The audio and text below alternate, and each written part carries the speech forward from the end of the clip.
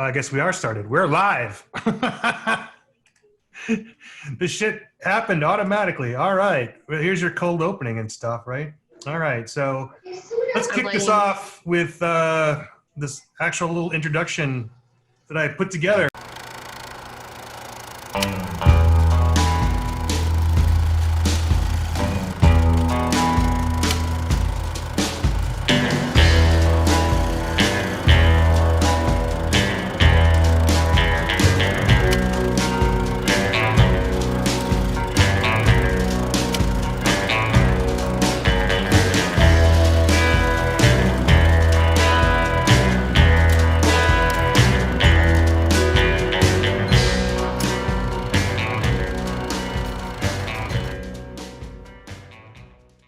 Hey, everybody. Welcome. This is Rob Fulmer. I'm your host, the executive director of the Arizona Craft Brewers Guild. And we have some of our folks here today. We're just doing a head count. Looks like we're missing Georgia, but that's okay. What time is it there on the East Coast, Paul Leone, New York State Brewers Association? Mary and I are 8:30. It's late for us. Oh, Mary, you guys are on... 3 o'clock. Yeah. I thought it was 7:30 for y'all on Central Time. Mm-mm. No, we're on Eastern time. Ohio's on Eastern Time. I thought you guys were part of the Midwest. What's going on with that? When it's convenient. Mary's only 2 states away, but I feel like you're only like a 4-hour drive. You're not that far from where I live. 4 or 5 hours. Really? Come Yeah. on down, Paul. I know. I love Ohio. Cleveland especially. So we're here joined today by 4 out of 5 state guild directors. There are 50 or so, 51 if you count in DC, and we do count them.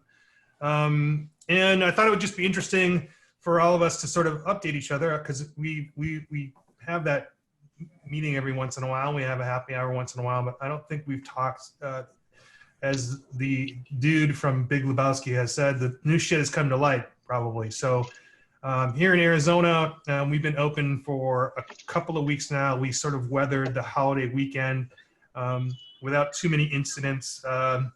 We did in Arizona have one of those pool parties where people are all jammed in the pool, and as Kristen was and I were talking, I wouldn't go in that pool if it was pre-pandemic times. So we've been open for business. We are open for dine-in service. That's something I want to sort of talk a little bit about with Shawnee from Colorado. But I'm going to throw it off to you, Paul, because you guys have been in the thick of it much longer than most of us. And just give us an update what's going on with you all. New York is starting to reopen. Our governor, who has obviously been on national news quite a bit, he has like a 4-phase approach. And right now we're in phase 1, and there's 14 days in between each phase, and breweries are in phase 3. So those regions of the state that were allowed to open under a whole host of conditions that had to be right, they will be open June 12th. Is what is. So phase 2 is actually this Friday. Phase 3 is going to be 14 days later. The only issue is that there's a kill switch on these phases, that because of all the conditions that have to be met, if any of those conditions are not met, then we go backwards. So we're hoping everybody does what they're supposed to do, and then we can get to phase 3 by June 12th for some of the regions. Obviously the more regions that got hit the hardest, New York City, Long Island, Hudson Valley, lower Hudson Valley, they're still, a few weeks away from even getting to phase 1 at this point, because but New York is such a big state that, New York City obviously was the epicenter, and thousands of people died. I'm 5.5 hours north, and, we had a few deaths and a few cases, like, a couple hundred. So it's just such a big state, and it varies so much. And that's been the challenge of managing all of these breweries, because people think of New York, they think of New York City, and the governor is very New York City centric, but it's managing that sort of, hey, screw them, I'm upstate, so that's kind of where we are. Excellent. Gonna toss it your way, Mary. Ohio, Mary McDonald, Guild Director. what's going on in Ohio? We did patio openings on May 15th, and then May 21st started inside dining, and that includes breweries, restaurants, bars. We were all lumped together as on-premise consumption. The first weekend, when it was outdoor only, things got a little crazy in a couple places. It wasn't quite, the Ozarks, but it was still noticeable and turned some heads. So I think some more rules were set down about what you can and can't do. A lot more focus on social distancing. But our breweries are happy to start being able to be open. Not all of them have decided to open right now. Some are playing cautiously and will probably open by the beginning of June. But we probably had about 30% of them who opened in the last 2 weeks. Excellent. And we're just holding steady. We're joined by Joseph. I'll let him get settled in. He's from Georgia. Shawnee Adelson, Colorado Craft Brewers Guild, or Colorado Brewers Guild. Yeah. In Colorado, actually, today was the first day allowed for on-site consumption. We were able to include breweries in that as long as food was available. So today, this afternoon, a handful of breweries I know reopened. Some are still trying to assess how they can do it safely. And I don't know if everybody's going to reopen currently under this phase. It's 50% capacity indoor, and then outdoor it's 6 feet between parties. So there's a little bit of extra space outside for people, but it's still a lot of work to do table service and everything. So I don't know how many breweries are going to reopen currently, but I saw a couple today, and I think that there's a handful that are trying to figure it out, but we'll see. I think you guys have had a little bit more time to see who is reopening, but we'll see. But we were lucky that breweries were able to be included in that. For sure. And later, I have some video of your governor, and we're going to sort of talk about that a little bit. Yeah. So for our directors, if there's a no-fly zone, you can just sort of wave me off. For most people, you have video of our governor? No, but you're welcome to post one of them. I've sent him a tie. He's fond of wearing a different tie every day. I just happened to catch one on Twitter, so I thought we could talk about anybody's governor we want. But for anybody who's in the group here and watching this, we are political. We are in the political world, and if we were all able to follow our personal beliefs, we wouldn't probably have jobs. So we do have to carefully tailor what we say and how we say it, and we're being paid to do the best for our breweries. Sometimes those things line up and sometimes they don't. So people often ask for some of the things that we do if we can record it. I'm like, we can, but I just don't want something to come back to haunt any of us. So still want to be able to answer your questions and that kind of thing. So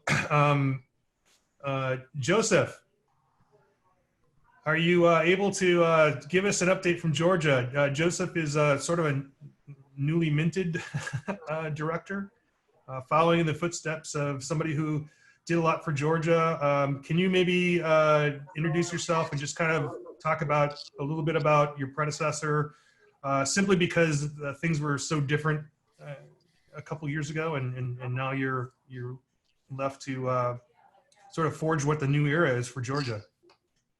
Sure. Well, thanks, Rob, for having me on. Sorry about the delay. I was actually saved by my wife's computer. So apparently my MacBook didn't want to cooperate with Zoom tonight. So it's the season, I guess. All these Zoom meetings, it's wore out.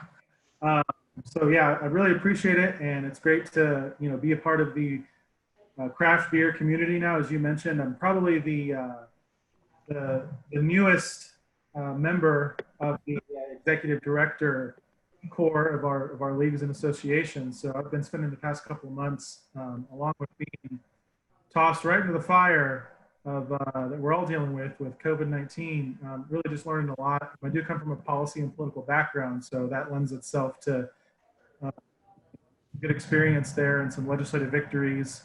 And as you mentioned, Georgia has had some pretty significant changes over the past few years. So prior to 2017, there was actually no tap room, direct to consumer tap room sales in any of our breweries. So we're under a system in our quote unquote 3-tiered system in Georgia that would only allow for limited tastings in tap rooms, which of course really hindered craft beer investment, craft brewery investment in the state. So what you saw in 2017 was a great legislative victory, really led by the Guild. Certainly my predecessor and several other leaders in the Guild were part of this, that achieved the ability to sell directly to consumers in tap rooms. Now there's a limit, it's a 288 ounce per person per day limit. So we still have limitations with that expansion, but that was really groundbreaking for us. So what you saw after 2017 was this proliferation of new investment, new breweries opening up around the state. So for us now, especially as we're in this kind of COVID-19 era and working on our reopening, we've been open somewhat. We've been kind of lumped into the phased reopening over the past few weeks. It really is, what are the next steps for Georgia in terms of laws that would be more favorable for continued expansion and investment. Right on, right on.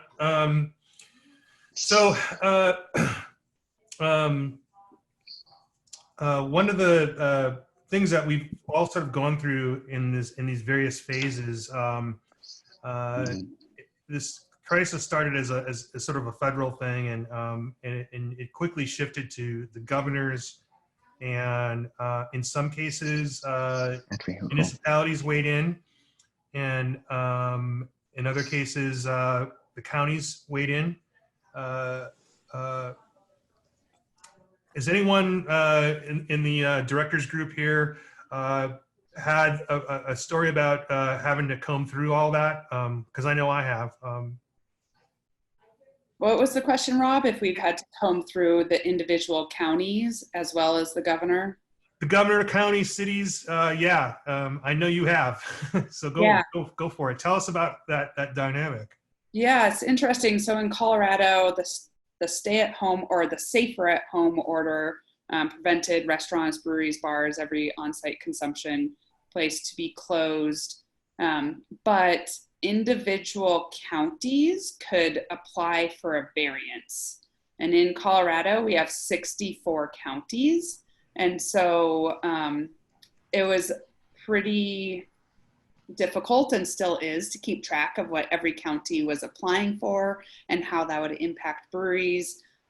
So I've spent many hours on phone calls and Zoom meetings and emails, talking to counties, both the health departments and the county commissioners, and then talking to breweries in those counties and teaching them how to advocate for themselves. And we were lucky that we were able to have pretty productive conversations with most of them. I think many of them felt like their hands were tied with the governor's orders, but almost all of them were very sympathetic to what our asks were, which was to be treated equally to restaurants if they were going to be applying for on-site consumption. But like I said, with 64 counties and one person of me, it was a lot of work to try and keep track of everything and how that was changing by the day. Luckily, in some of our counties, we have breweries that have been on our government affairs committee for years, and they know how to engage with their local representatives. And some of them are on the city council, and they knew how to handle that. So really, some of those counties, it was a phone call just saying, hey, are you guys good? Do you need anything? And they're like, nope, we got it.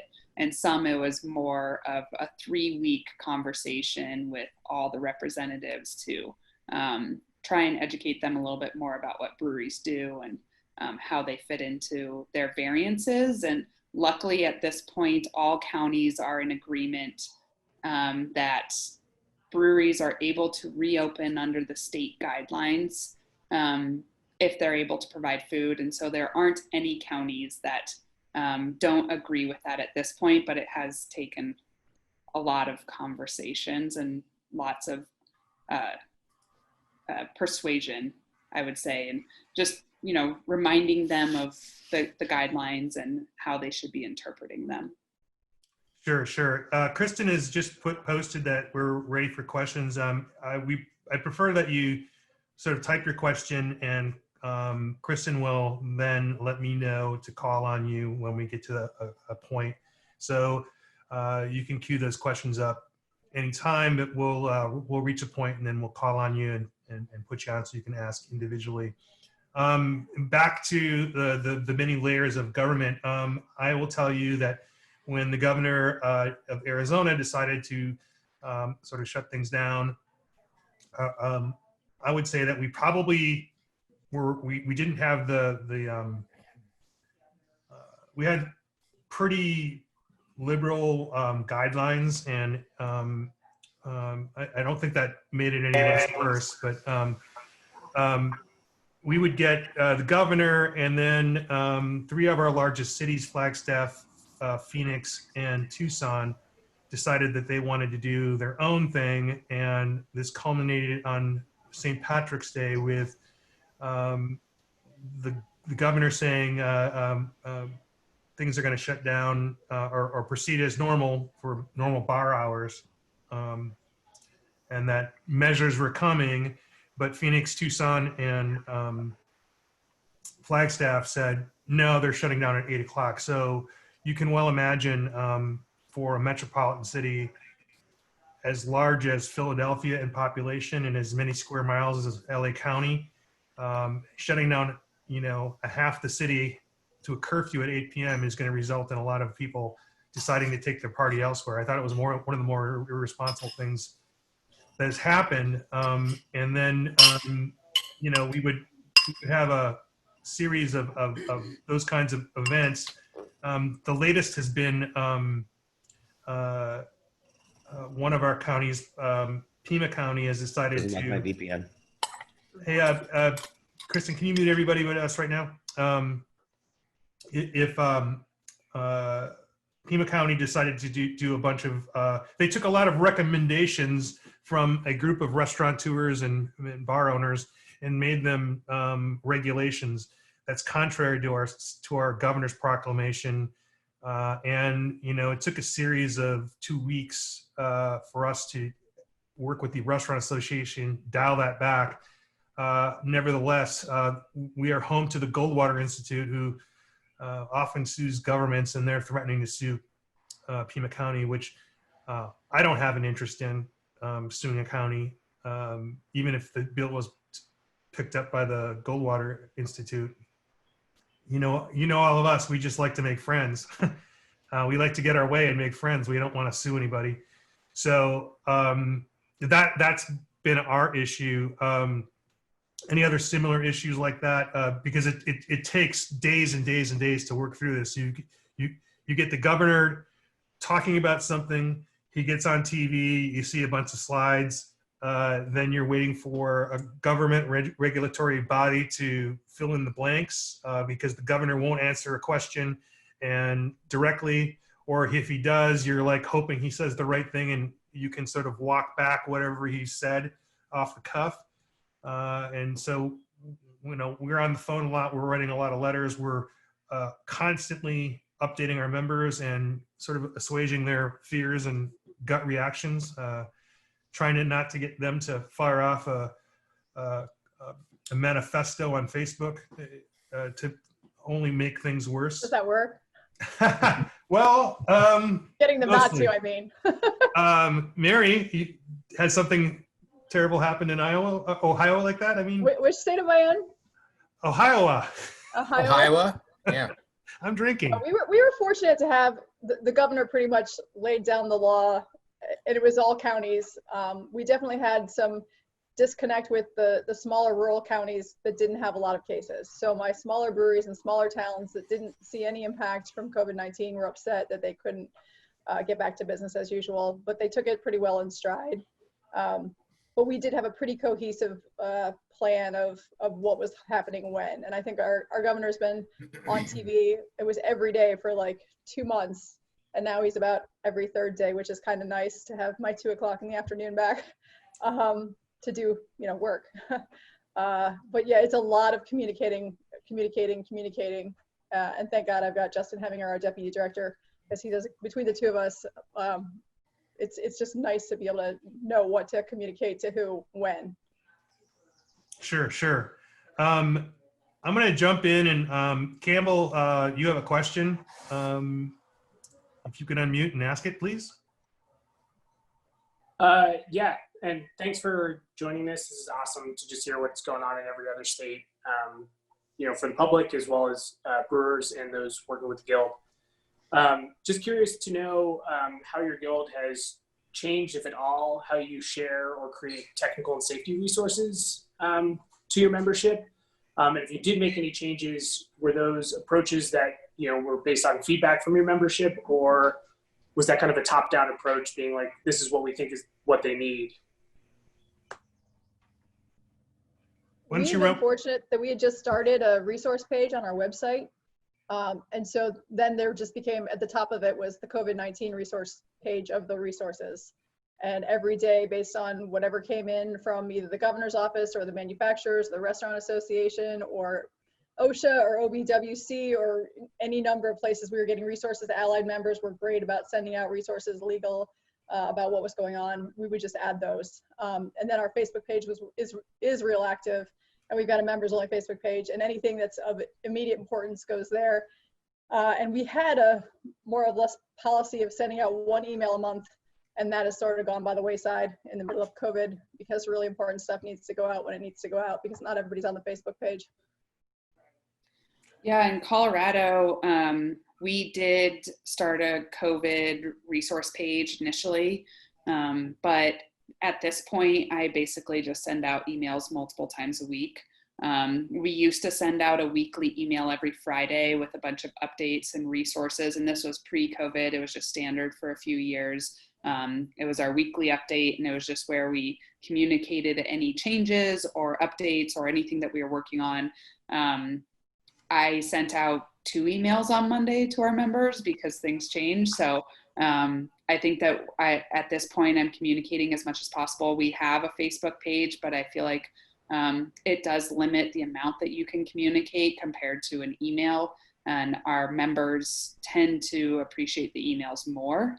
The Facebook page is more, they use it to communicate amongst themselves and ask questions amongst themselves or to the guild. But yeah, we communicate pretty regularly. And like Mary, we've compiled resources from all of our partners, OSHA, any area that we can. And I've gotten pretty great responses from our members saying that that's their go-to source of information is that email, because they know that it's pertinent to their type of business. Versus trying to wade through all the other information out there. Yeah, in New York, the same. I mean, when this first started, we started sending an e-blast every day. And then we did a morning and we did a night. And we all know how much brewers love getting emails, like never. Like, I mean, they get so many. And so I'm like, okay, this has got to stop. And to this day, it's never stopped. So for over 2 months, because brewers keep emailing me saying, thank you for your e-blast every day. You're the only one, like, you're specific to our industry. Please keep it coming. But the key to those e-blasts is that they're literally like 6 lines. Like, brewers don't want to read paragraphs of information. So it's like, here's a webinar here if you want to learn this. Here's about the PPP program. Here's a link to this. Like, just short, to the point. But we sort of, in New York, they just like, you guys are our lifeline. Like, we just thank you for that. And it means a lot, because I feel like that's why we exist. And I know that for the directors that are on here, we've had side conversations about this. Like, I've always felt like we've always been event producers, and we've been money raisers, and we've been all of these things. And I just feel like, this is really why we exist, for situations like this, or a big legal fight, or a big whatever. I mean, that's why guilds exist. And so I just feel like, now's the time for us to rise to the occasion. And I think we all have, and in our states, the best way we can. Joseph, you want to add something to that? Sure. So, again, I was about 2 weeks into this role when the COVID-19 meteor, Welcome. Congratulations. Absolutely. So Absolutely. What I jumped right into, what I call triage mode, and the main part of that was just communicating and over communicating about any resources that came our way. We used the Brewers Association as a great resource. Some of y'all's resource pages that you had up and other state guilds, and I just tried to make sure that anything that we were getting, whether or not it could be found in a Google search, that we had it all in one place for our brewers. Because it got to me. I also sent out, a notice that if anybody heard anything, to make sure that the communication went both ways. That we were hearing from our members what not only what they needed, but what they were hearing and any resources they had, especially with any sort of the government relief programs. I know we were all working on the EIDL initially, which transferred mostly to the Paycheck Protection Program. So that was a big part of it, but also, anything that would help them in terms of any of our governor's executive orders that affected them, just making sure that we drilled down on that and, communicated the heck out of it. Yeah, I'll just say from our perspective, a lot of these answers are relevant to us. The one thing I would tell you is in the early days of it, we did have a lot of information sent through our partners. We had probably a webinar every other day on a topic, a Zoom conference. We were on Zoom constantly, but we did have a Slack channel, and like literally everything that anyone ever sent me or I saw, it just went into this stream on Slack. Slack is a workplace communication tool that a lot of software people use, and some breweries use it for other reasons. And there was just one section in there that it was just a constant stream, because I don't think any of us as directors have a way of understanding what the most relevant piece of information was. So it was like a free-flowing stream of information, and occasionally someone would say, "Hey, this is kind of important," and we'd pull it out, and then we'd use Facebook, we use emails, we use direct emails, newsletters, text. These days, we tried to reach people where they were, and I'm sure a lot of you guys share this sentiment. It's like, I don't remember if I texted them, Facebook messaged them, emailed them, talked to them, because like in your head, it's just a conversation. In your head, it's almost like a face-to-face if you're discussing things quite a bit. So that was my experience. I think I stepped on someone who wanted to say something else. Is that correct? I was just going to reiterate what Paul said earlier, is that this has been, since the beginning, I've always looked at this as an opportunity to show what the Guild is here for. And I think all of the guilds around the country, based off of my conversations with all of you guys over the last few months, have really stepped up to show that this is what our purpose is. And that I think that that's one of the things is in this communication on resources and everything like that, but just everything else we've done has really shown our members that this is what our intent was, and we're here for them. And I think that many members out there across the country are really thankful of everything that we've been doing. And I know that we're all working really hard, but I think our goals are to provide as much information as well as advocate for our members as much as possible.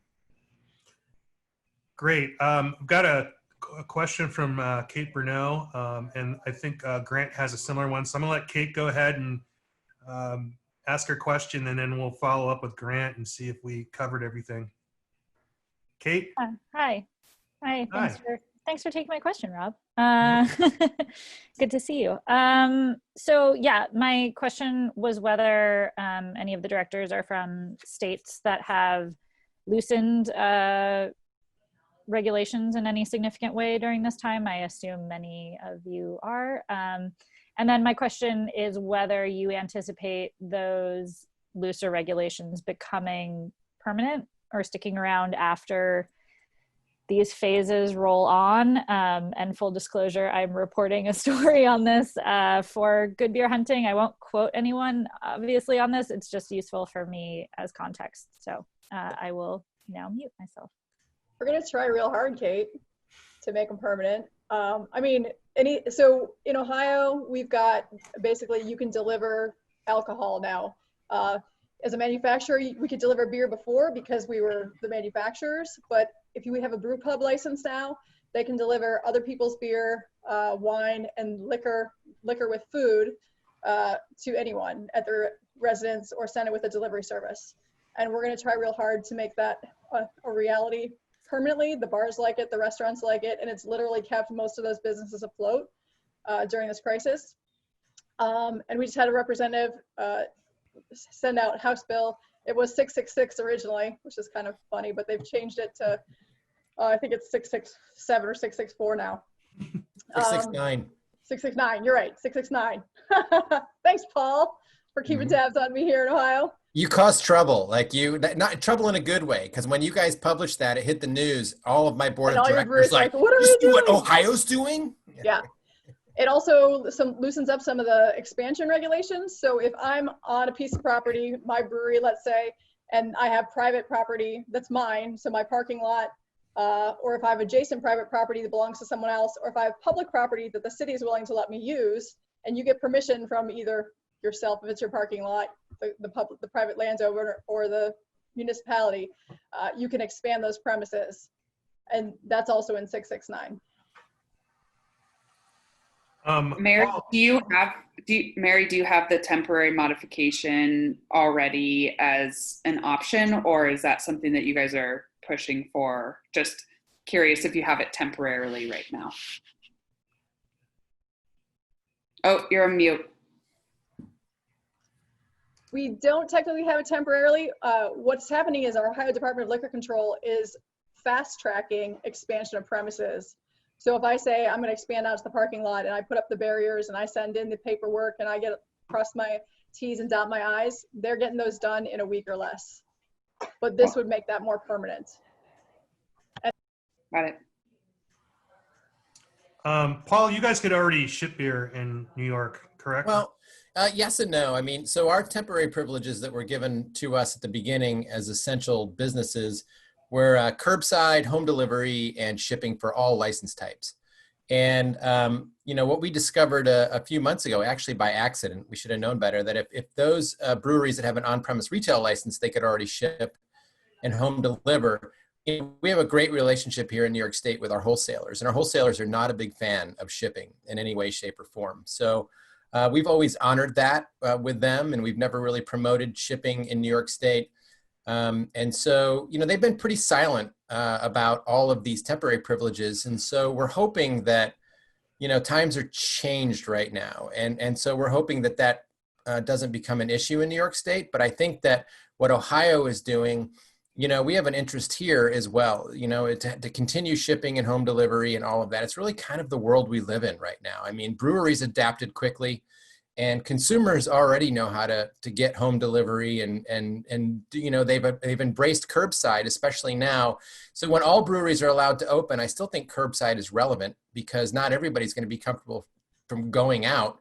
And for the breweries in New York City to this day, home delivery has saved them. I mean, before it wasn't really part of their business model, but hopping on a bike with cases of beer, putting it in a car and all of that has literally saved those breweries. And so they want to hang on to it. So I think that even if all of those were to continue in all of our states, it's not going to hurt the three-tier system in any way. None of us are against or want to tear down the three-tier system. I think all of us very much think the three-tier system should be in place, but we also think that there's it's new times, and I think there's a way to kind of modify these laws for everybody to be happy.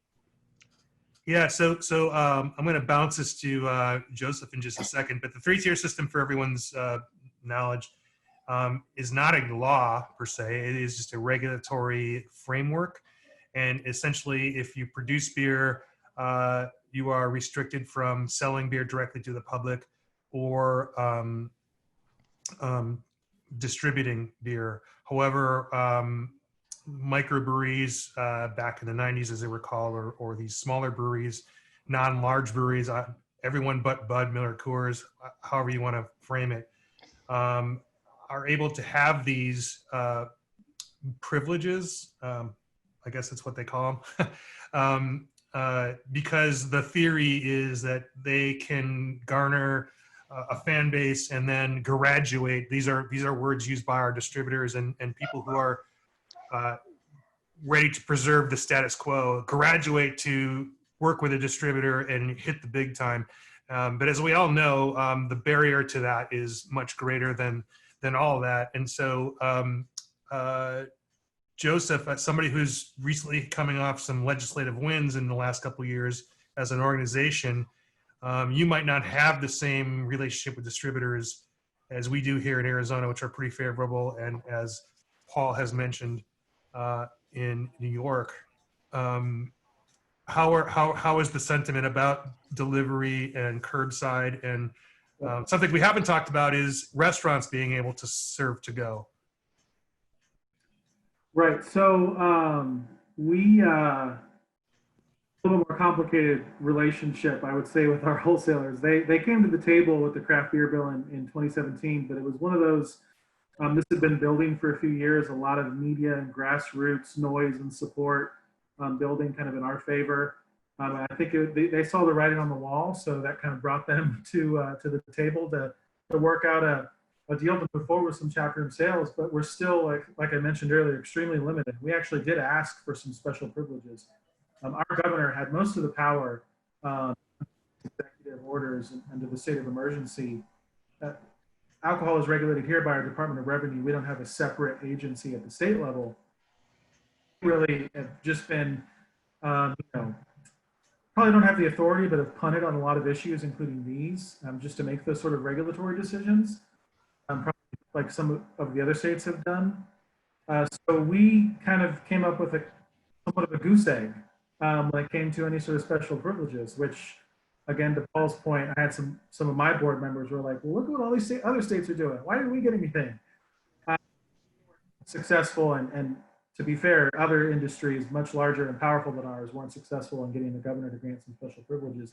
So we are absolutely going to show this as an example of, if we raise the limit for daily sales and to go to go sales, then we could, that would help our industry weather this sort of storm better.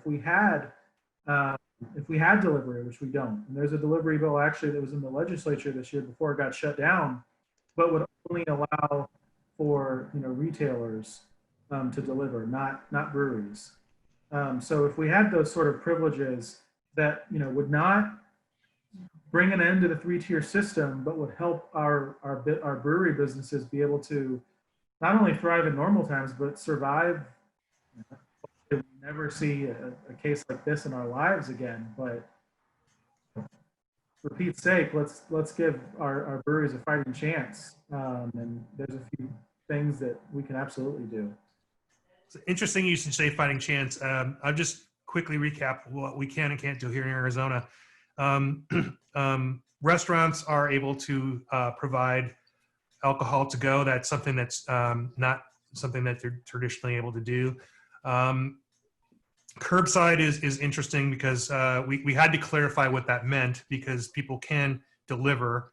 Is that a form of delivery or is it not? And so we didn't really get an answer, but you can do curbside. Does curbside extend to, how far does that extend? I don't know. But it was important to know, so you just couldn't walk out alcohol at certain places, right? So we as breweries, we've always been able to deliver, although it wasn't written as a statute explicitly saying so.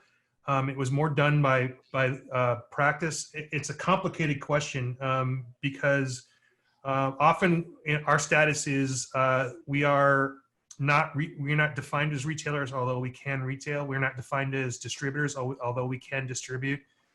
So it was by rule and by practice and extending a long time back that we were told what not to do and what to do in terms of delivering.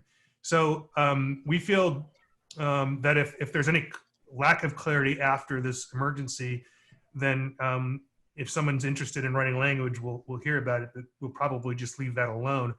The other things, restaurants being able to provide alcohol to go.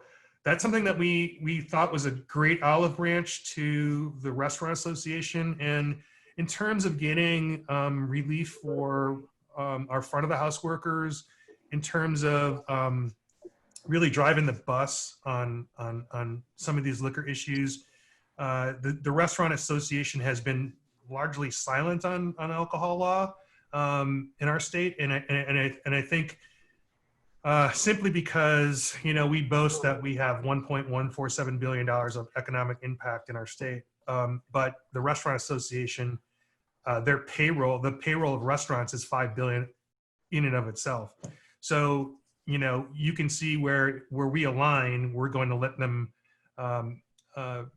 ask for that. And we saw the ability for our restaurants to make some partnerships and move some product outside of grocery stores. Grocery stores are moving a lot of beer, but not necessarily our beer. And I don't think it's a nefarious thing for large breweries to make it very easy for people to take large quantities of beer out. So you've probably noticed maybe a shrinkage in the variety of beers, and a lot more 30 packs and a lot more things to grab. And I don't fault them for that. I think that's just a natural relationship between distributors and large big box stores and big breweries. We are going to resist that in other ways with marketing and other things. But to answer your question, Kate, to the extent these are long-term changes and could stick, that's really dependent on the consumer. Because I'll tell you, we haven't gotten anything without your help as consumers. Our biggest bills, we don't fight with dollars. We don't fight with political influence. We fight with your desire to make yourselves known to the legislature and to inspire us to sit in conference meetings and load up committee meetings and get earned media and engage. So if you like some of those things, continue to let us know that, and we'll continue to fight on your behalf. For the most part, our Brewers Guild seems to be in more in the consumer friendly mode. I think that's a very tough thing for distributors to do. They kind of want to lay low on a lot of issues. The other thing to consider is the reasons why it's no from the government is not necessarily because of the government. There is an element of, well, you can't have people drinking in the streets because then they're drinking in the streets. My God.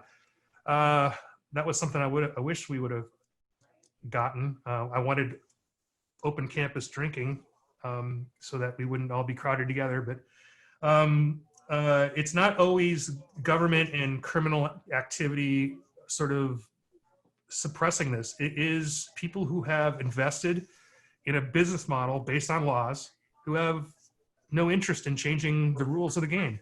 And as a director, I understand that to a large degree. And so we have to work together. And in my opinion, we don't win by beating someone down or besting them, or we win by standing on the same side and understanding the argument and working together. It doesn't always happen, but that's at least what we try to do. Grant, you just had a shout out, or Grant, you had a follow up, yeah? Did we answer your question, Grant?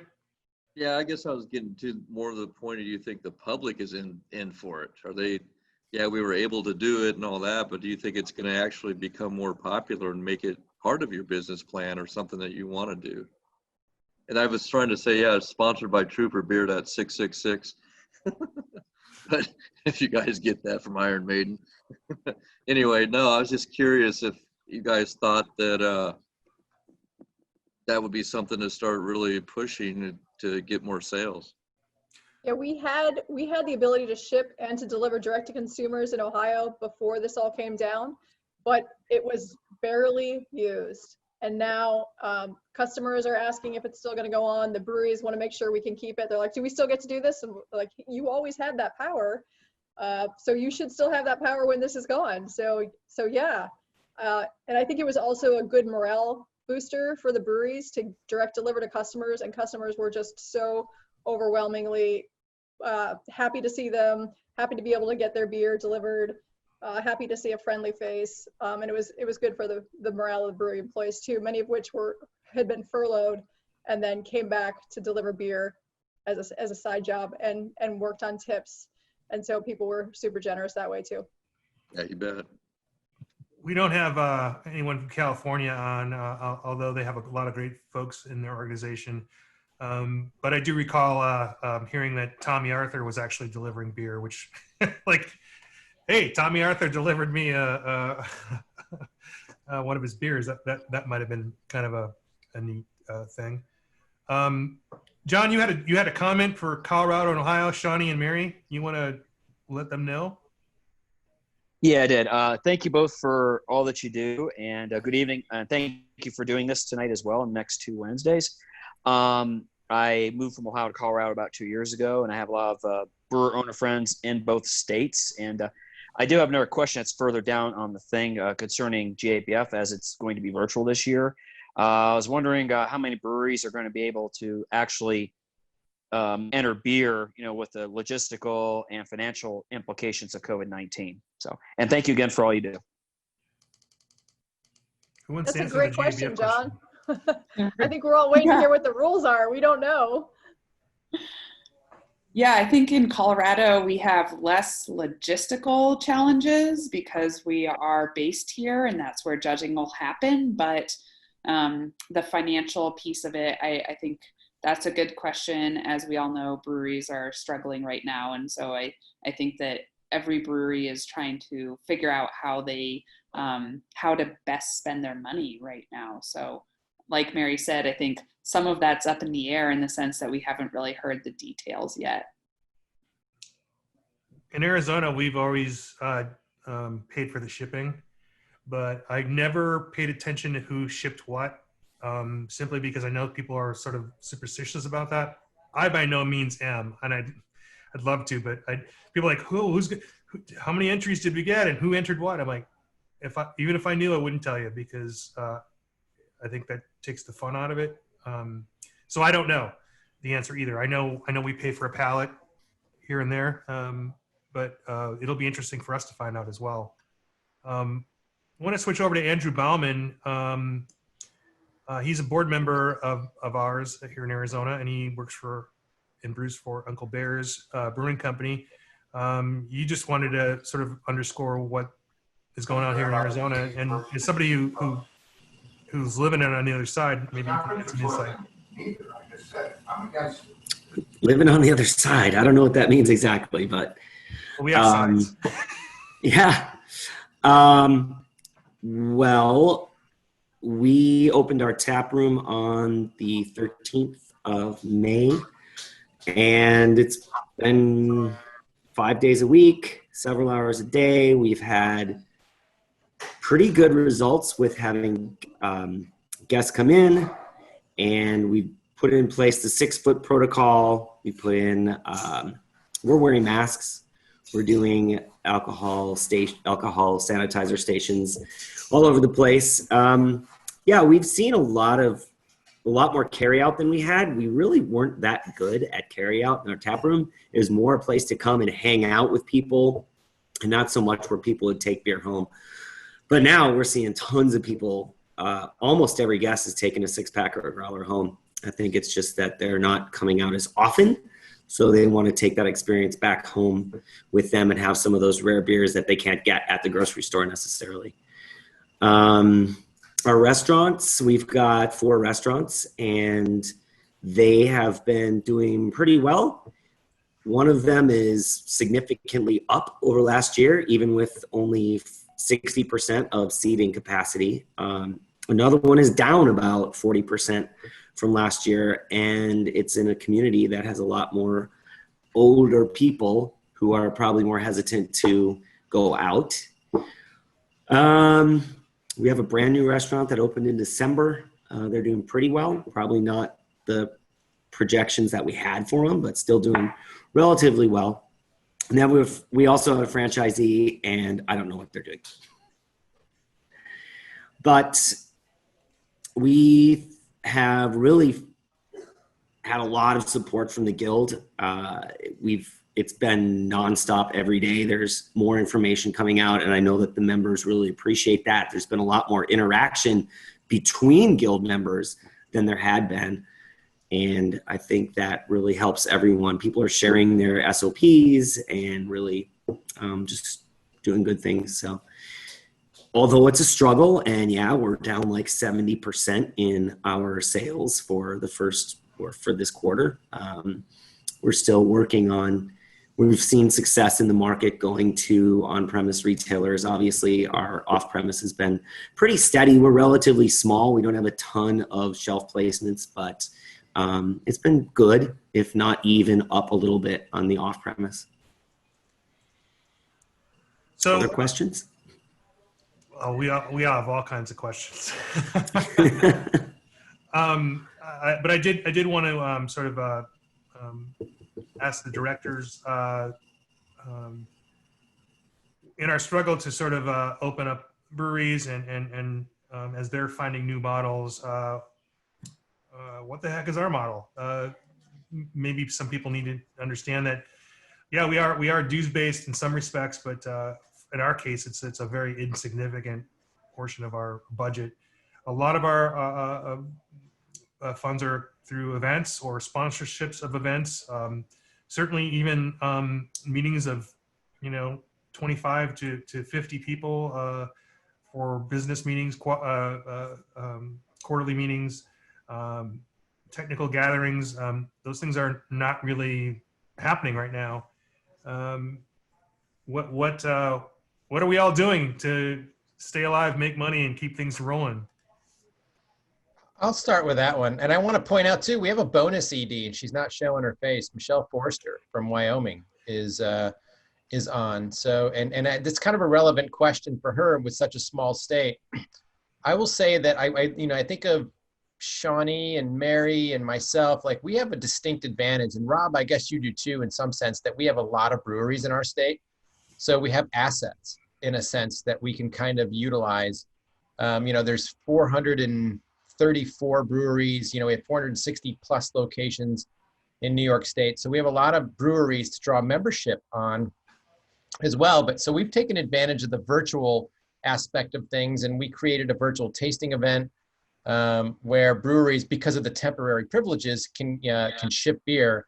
So consumers have paid. We've done 2 of these. $65 a ticket to get a 4-pack of beer, 2 different styles of beer, sent to their house, and they get 90 minutes on a Zoom session, just like this, to hang out and talk with the brewers, get a brewery tour, do all of that. And we've grossed about 25 grand on each event. So 2 of these. So we've had to cancel all events for the whole year in terms of in person. So we're really trying to utilize this. We understand though that in the summertime, people are going to be out. We all know this, people are opening. So I don't know what the longevity of that is, but we're trying as a nonprofits, all of us to membership is not, we were about halfway through membership when all of this hit. And we're trying to spark up membership again with quarterly payments and things, but breweries are struggling. So that's a tough one. So we're all scrambling as best we can to kind of, stay alive in some cases. And I think as with breweries, none of us asked for this, but we have to adapt as guilds. Like this is what, here's our toolbox has changed, but let's try to do everything we can to use that toolbox to our advantage. And I think that the great thing with Zoom, for all those that are brewers and stuff, I get a lot of credit for a lot of things, but the 4 times a year that I get to hang out with Rob and Mary and Michelle and someday, and Shawnee, and someday with you, Joseph, like I learned so much from all of them that, Zoom has been great. And we've all kind of used Zoom, a lot more. We've seen a lot more of each other just to kind of help each other. We're kind of a unique set of people. There's so few of us. And so we sort of feed off of each other for ideas just to stay alive. Michelle, do you want to say hello? Michelle from Wyoming. Hello, everybody. Thank you. Thank you very much. Really, I'm just here to crush on all of you guys. I was just going to hide in the background while you did your thing. Don't hide. Well, I just want to echo what Paul is saying. I mean, Wyoming is a little bit unusual. We're pretty far behind the growth curve of craft beer anyway, and the guild is relatively young. We only have about 40 breweries in the whole state. In a state that has less than 600,000 people, there's also not a lot of foot traffic, local foot traffic. So, you know, the purpose of the guild in Wyoming was already something that was still developing, and the kind of loyalty from breweries in the state was also something that was developing when COVID-19 hit. So we were probably at about 50% membership in February, and hoping to hit 80% by the end of the year. We are no longer expecting that number to happen, but something we're really serious about in Wyoming is creating strategic partnerships with other industries. Because we're such a small industry in the state, we need to find ways to increase or amplify our voice by connecting and aligning with other industries. Namely, we're thinking about the craft distillers and the craft wineries in the state. We have, like most other guilds, worked really hard to try to build a productive relationship with our restaurant association and also our liquor association. And those have been going well, but they've been going slowly. So from our perspective, you know, what kind of saves a guild like Wyoming is probably some relief programs and some other type of creative partnership outside of the brewing industry. But those things are useful, really, really useful for everybody, but they're critical for a state like Wyoming that doesn't have a huge brewing population. So that's kind of what we're focusing on right now in terms of guild survival. But I will just say that, you know, again, to Paul's point, our connection as guild directors has been a lifeline, I think, especially for me, but I think I probably speak for everybody when I say there's a lot we couldn't have done without it. We also did a virtual festival here in Wyoming, which, let me tell you, Wyomingites don't love change. They don't love new things, and we proved it could be done. And the only way we pulled it off was because the guild directors around the country really came behind me, helped me figure it out, work out the details. It was fantastic, and I couldn't have done it without them. So, so grateful.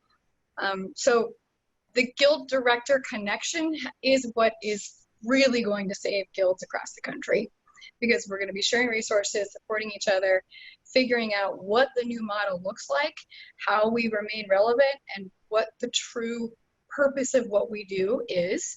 We're redefining our why every day, which is incredibly important. We have to do that because our breweries have to do it. We have to do what they have to do so we can keep them alive as long as possible. So thank you all very much. I'm going to hide in the corner now. Excellent. Thank you. So I think everybody, except I'm not sure about Georgia yet, has done some sort of virtual component or has one in the works. I know, Joseph, you and I have talked. What's on the virtual front for you all? Yeah, so I actually talked to our board president today and trying to get one off the ground. I'll probably need to talk to a couple of y'all again to tie up some loose ends, but you know, just trying for us to figure out, you know, how best to move forward. We don't have delivery, or we don't have shipping either.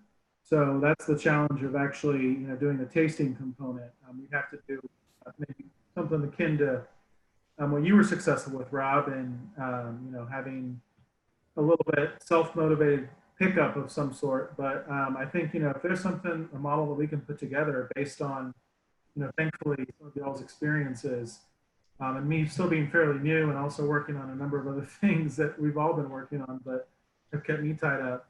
That'll be essential for us, especially as we try to figure out, you know, how to stay afloat and thrive in these next few months. You know, other sort of revenue generation outside of dues. I'm hopeful that we'll have some pretty good renewals. I think we've showed value during this time, but you know, we all expect that to take a little bit of a hit. So we're also looking at, you know, some other allied trade partnerships that we just, you know, have been low hanging fruit, but we need to, you know, make the ask. So more to come on the virtual fest, hopefully soon. the next few days. Yeah, When- I think they can be successful, and I think that was Shawnee. I think they can be successful, but it's more of a question for everybody else in the group. Does the novelty wear off, or are we addressing a segment of people who just aren't up for anything on Friday and Saturday night? They've got kids, they've got other things going on, and they might check into a virtual thing for a couple hours and go about their lives. Did I interrupt you, Shawnee? Is that who I thought I heard? I was just going to say, you know, the virtual event that we did was great, but really the merchandise that we sold along with it is really where we were able to raise money. So although we sold a ticket to the event, it's really more about the merchandise. And over the last couple months, I think we've sold over 700 t-shirts through various different avenues. And we've really been able to make some revenue in that sense. And so that's one way that we've been working on increasing revenue. We've also created this program called Colorado Strong. So we have 125 breweries that have brewed the same beer across the state, and they're all, oh yeah, see, Campbell's drinking it too. They're all donating back 20% of the proceeds to that, and all of the grain as well as the hops were covered by the Left Hand Foundation, and then they pay that back once the beer is brewed and sold. And then all of the labels were also donated by Sticker Giant, and then Ball provided some funding to it. So there's been a really great support from the industry behind that. So I would say that's one of the ways we've been looking at how to raise some funds. The merchandise is also another way. And then one thing that we've found really awesome is that one of our members has partnered with a distillery, and they're making hand sanitizer, and they're selling gallons of it to breweries for a small fee, and all of that is being donated back to the guild. And so we've really been able to ask our members to support us in ways that they've never done before, not just through their dues, but other ways. And so that's actually a pretty substantial fundraiser for us. And I think it's going to bring in a decent amount of money, because that hand sanitizer is pretty necessary as breweries reopen for on-site consumption. Yeah, so those are a few things we've been working on. Definitely. I before I forget, there was one other. There's still a couple of items on our wish list. I'm just kind of looking through who's in the group here. So I'm going to tell you what's still on my wish list, and maybe some of you guys can say what's on yours, or what unfinished business you have. One of ours was to have some leeway when it comes to special events, even though we're not going to do special events, i.e. festivals, in the same way moving forward. We wanted to have a longer discussion about it with our liquor department. It hasn't happened yet, but we wanted to understand if maybe there was a way to, for everyone's benefit, when you do a special event, breweries are able to donate product to you, an organization, so you technically can get delivered liquor to an unlicensed place, right? A park or what have you. And so you're very much like a retailer or a bar in that way. You're taking product in sometimes 24 hours before the event, and then you are able to dispense it as if you were serving alcohol in a bar, but through a ticket or some other means. So with that concept, we were like, well, we aren't going to serve it on site. But we do want to receive it as a donation, and we want to put together packages and add T-shirts, and then we wanted people to pick it up. So, in the sense that a quantity of liquor is being given to consumers through a temporary license, that still occurs. It's just that people aren't going to consume it in that park. They're just going to take it home. So that's something that we're trying to work on, to maybe make our virtual fests run a little bit more smoothly, so that we can, and we can add some variety, that if you just went and picked it up from a brewery, you're not going to get the same effect. So that's sort of the answer to the fact that we can't use we can deliver, but we can't use, we can't ship third party and put these things together in the same way. The other thing is we have wineries here, and I'm gonna segue into one of the questions that is on the chat. We have wineries here, and it's too hot in central and southern Arizona to ship, because I don't care what all you beer traders think. Everywhere in the country, beer goes into a box, it goes into a truck, and it sits in a truck, or it sits out in the sun for minutes and hours at a time. Here in Arizona, that truck is easily 125 degrees. So even if you get whatever your cool kid East Coast hazy beer is shipped here, I guarantee you it's going to be sitting at 125 degrees for some period of time between May and October. Whether that concerns you or not, then I don't know. But for wines, the wineries are not able to deliver in that manner, ship in that manner. So they wanted to bring those to breweries for resale. That would normally require a separate license. We did ask for that, and we need to follow up on that. I know my counterpart in the wine world, I think, is still on, Kayla. So that's on our list. Is there anything on your lists, directors, or what is some unfinished business you have with this crisis?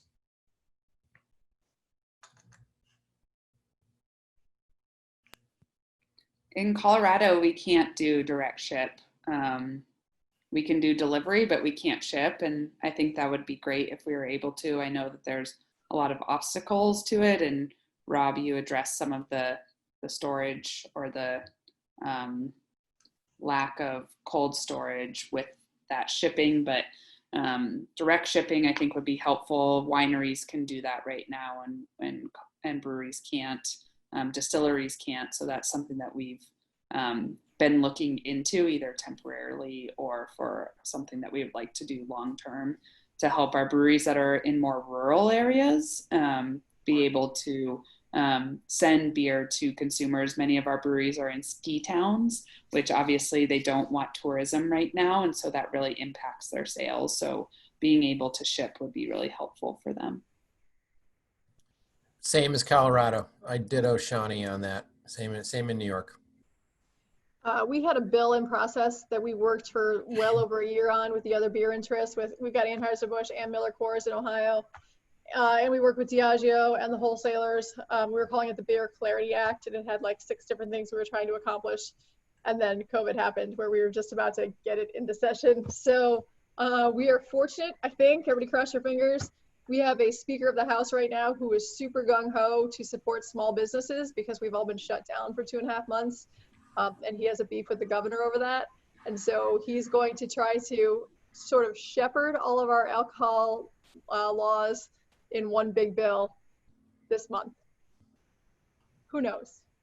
But my unfinished business might be finished with the help of our Speaker of the House. We shall see.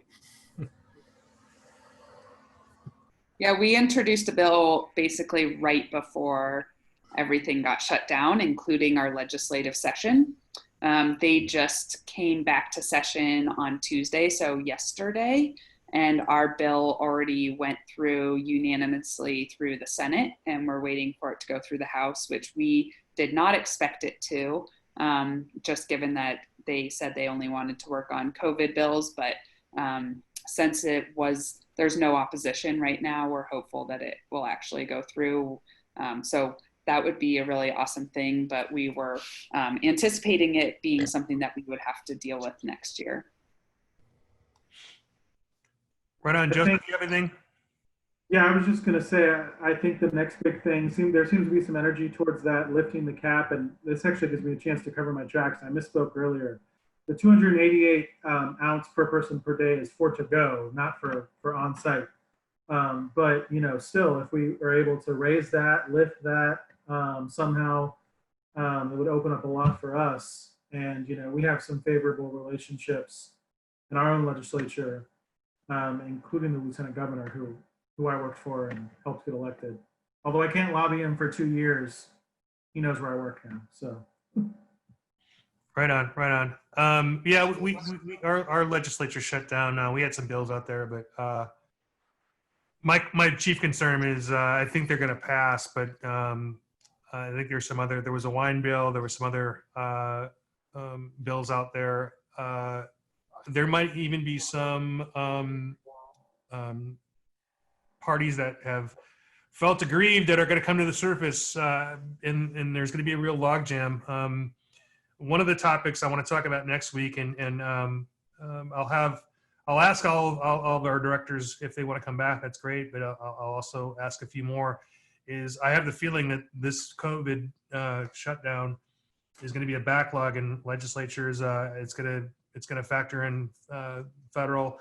I think we're going to see some of the effects of this for 10 years, easily 5. I don't think our jobs get any easier, folks, moving forward. Because I think there are some people who craft beer put them on the ropes, and I think there's some blood being smelled in the water, and I think there is going to be some opportunity taken by I'm talking across the country, not specifically Arizona. So I have that topic queued up, and we'll talk about that next week. I want to get to a question. Carl Case, who works, at least worked in packaging at Dragoon. Carl, you still here? You want to ask your question? Yes, sir. I am still here. Can you hear me? Yep. Great. So yes, I'm packaging manager at Dragoon, and something that significantly shifted on us was package versus draft, on-premise versus off-premise.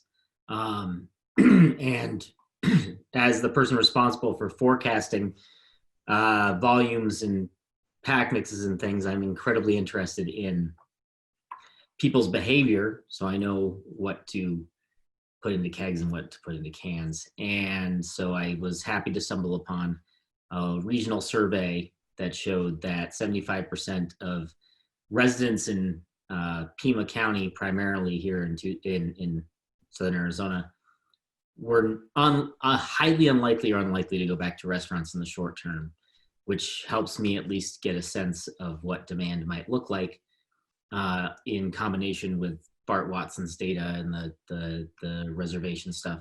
So I was just curious if anybody else had gotten any regional data on consumer behavior. We also, that information is, for our region, is coupled with the fact that people generally flee Southern Arizona come Memorial Day because of the heat. So it's very unpredictable what's happening in the short and medium term, but wanted to see if anybody else had any results and also share those results with the people. Yeah, I've seen that 20%, 25% of the folks are going to come out and behave in the same way they did before the crisis, and I've seen that data across different segments. And one of the admonitions I had for our breweries, I'm like, this first couple of weeks, you're going to see the worst customers in terms of people who are motivated politically and super over motivated to open the state up and in ways that were prior to the crisis. They want everyone to go back to normal, and then there are the folks that are completely repulsed by that idea, and they're going to report their findings directly to Facebook.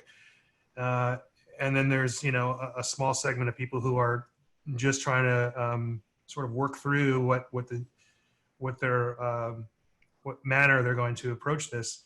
And I think that's most of our fans, some segment of our fans. But I have seen that figure, and I'll just very quickly share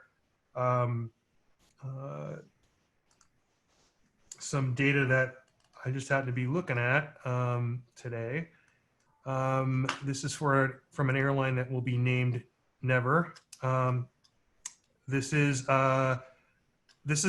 when people decide when this is over, and when travel restrictions are lifted, no. When government removes shelter in place, no.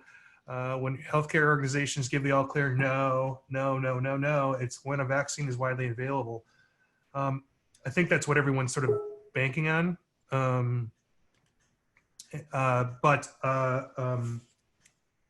we're on a different timeline. But I will tell you is people's attitudes change. So it's okay. I think that 20 to 30% of the people are coming back, because I think only 20 or 30% of the breweries are coming back in an effective manner. So I think that's going to be a slow change. And the signals are going to be things like, well, I'm in a group with some event coordinators, and we're looking at what happens in Las Vegas. We're looking at what happens in the music world. We're looking at what happens in sporting events. Sporting events for the beer industry is huge.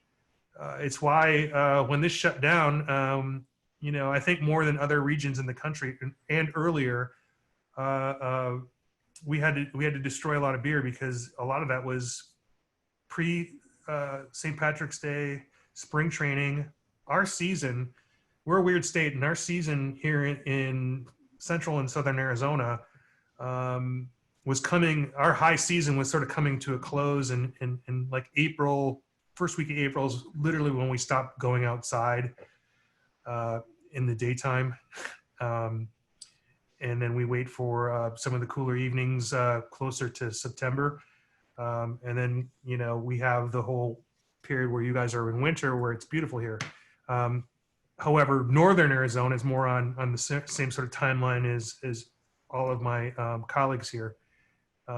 It's 107 here in the Valley right now, and it's 6:47 at night.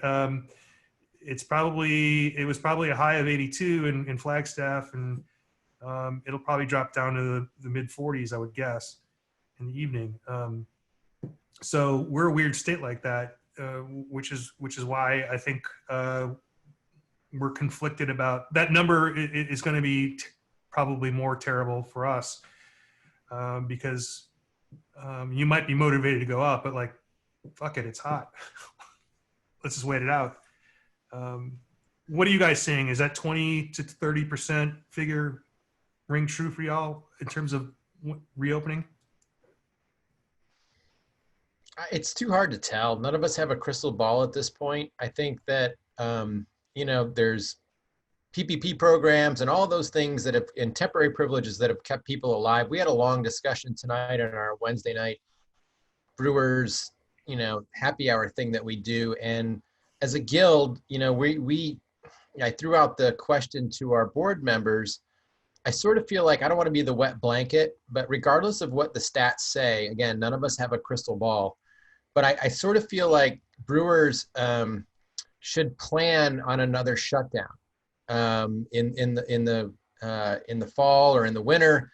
Like, plan for it, hope for the best at this point, that it doesn't happen. But the one thing that we saw during this shutdown were, growler, the lack of growlers, the lack of crowler cans, the lack of cans, all of those things. And I sort of feel like we need to help prepare our brewers to kind of, we hope this doesn't happen, but if it does, you need to be prepared, or you could shut down forever, like even the best laid plans. And I remember the president of our board early on, when this first happened in early March in New York State, he's like, I'm planning on no income to July. And I thought he was crazy.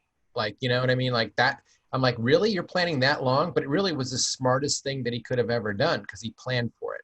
And I just feel like that, I'm curious what you all think. That, again, we want to be realistic for our members. Do we be that wet blanket in a sense and put a dark cloud, or, I don't know. I just feel like we need to be honest, that I think they need to plan for harder days ahead.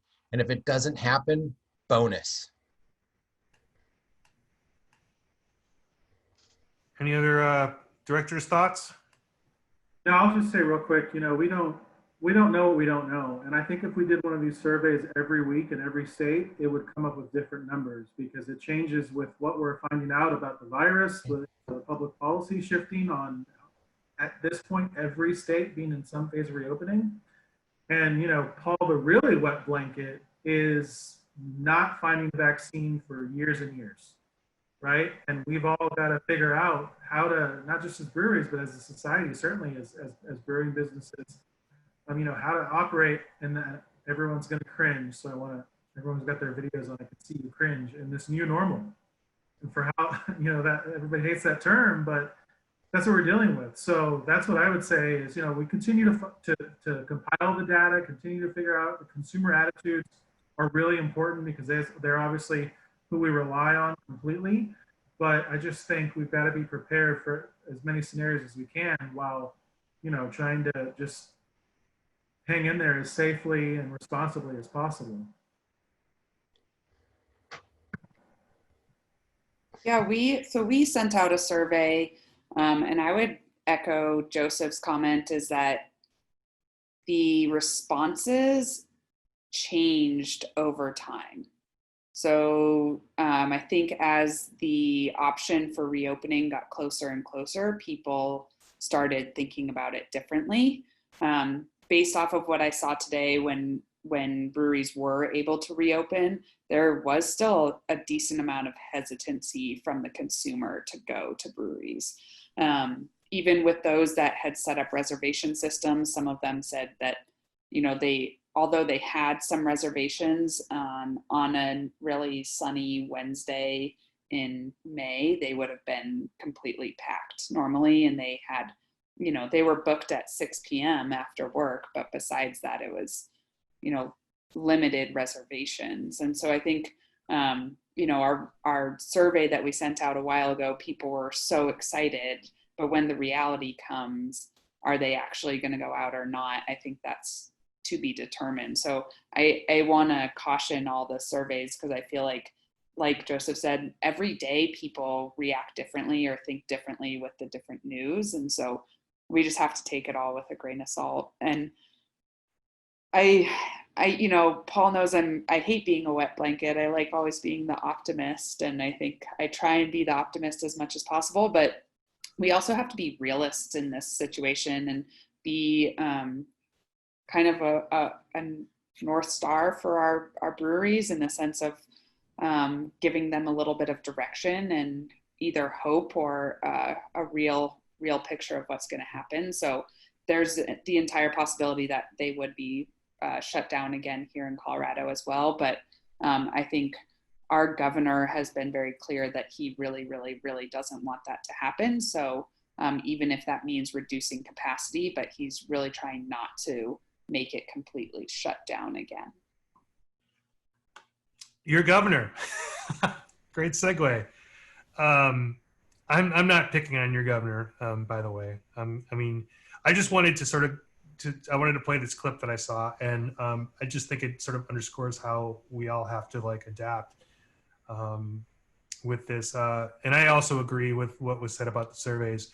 If we went back, I think, and looked at Bart Watson's name was used earlier. He's the chief economist for the Brewers Association, has put out some great survey data, and it's useful, but the usefulness of that data is kind of short sometimes, and sometimes it's got a longer life.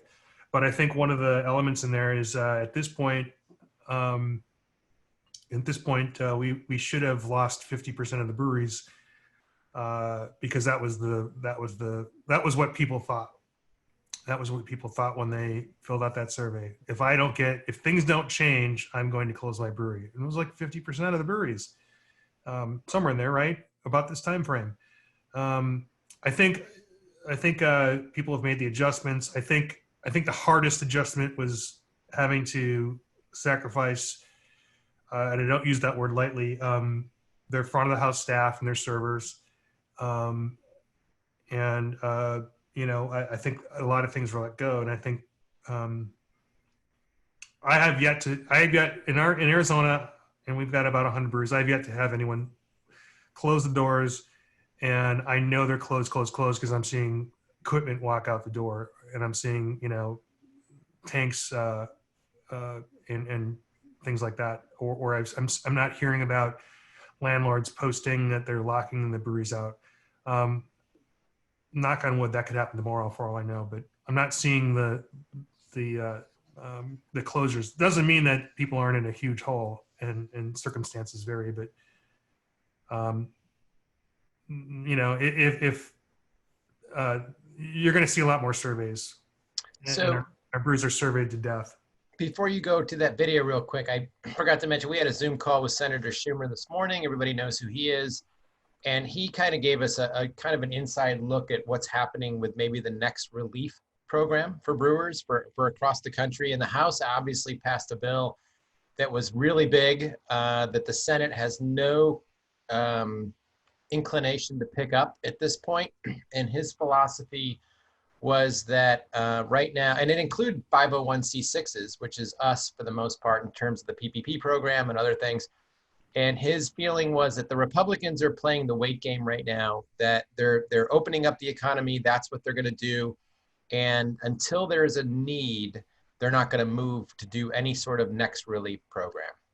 So, but I sort of feel like there's going to be a need at some point, and that the Republicans are going to play a game of, obviously if there's spread or if there's continued, more unemployment, that sort of thing, then they're going to be more inclined to do another relief program.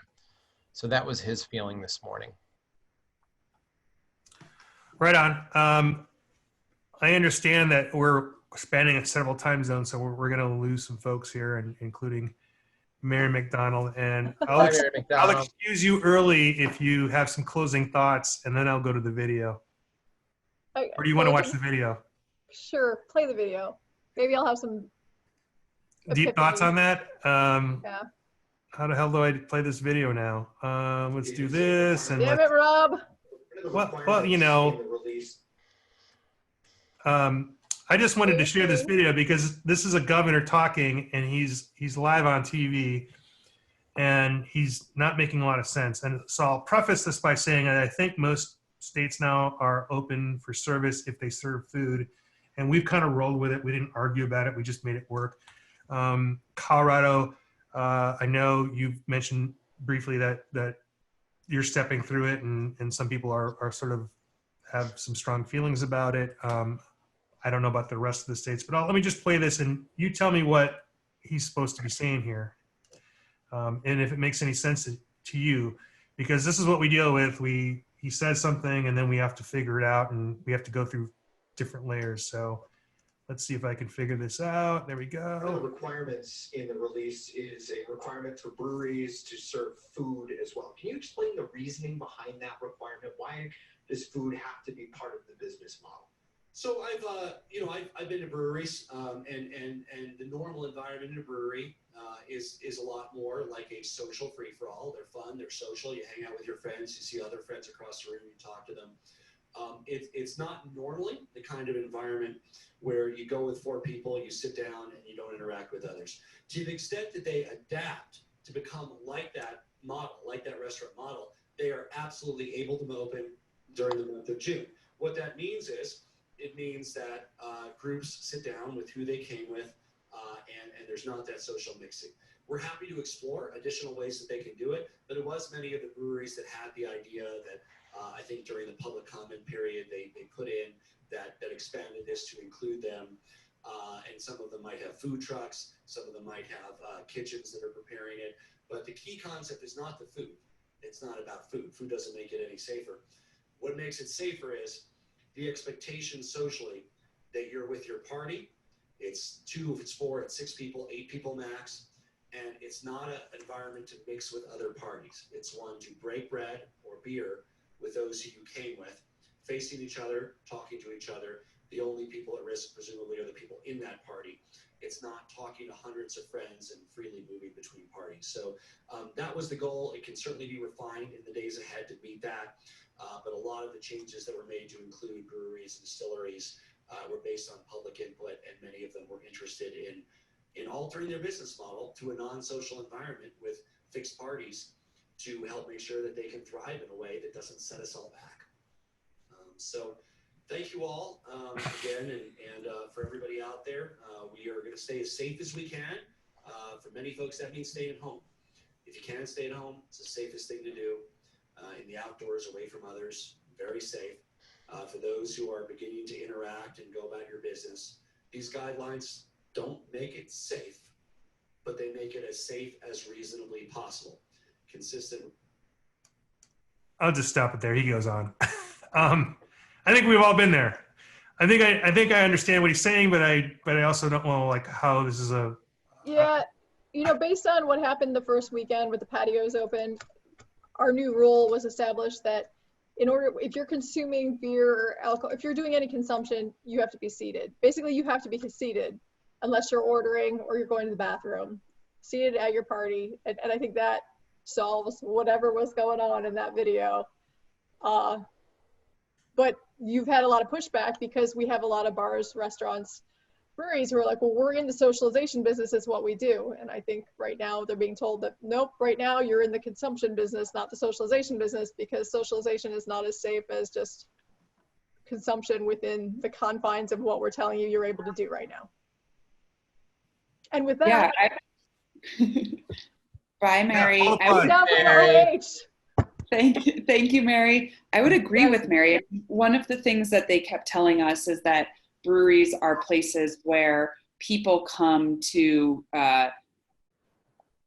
build a community and socialize. And this is something that we've built our brand on. Like, craft beer is all about community. And there was no way that we were going to deny that, because that would just go back on years and years of what we have built our brand on. But with that, I think that we've shown over the last few months that breweries are able to adapt their business models if they need to. And that was our argument all along, is that if you create guidelines that include breweries, the guidelines should address the customer behavior, not necessarily the business type.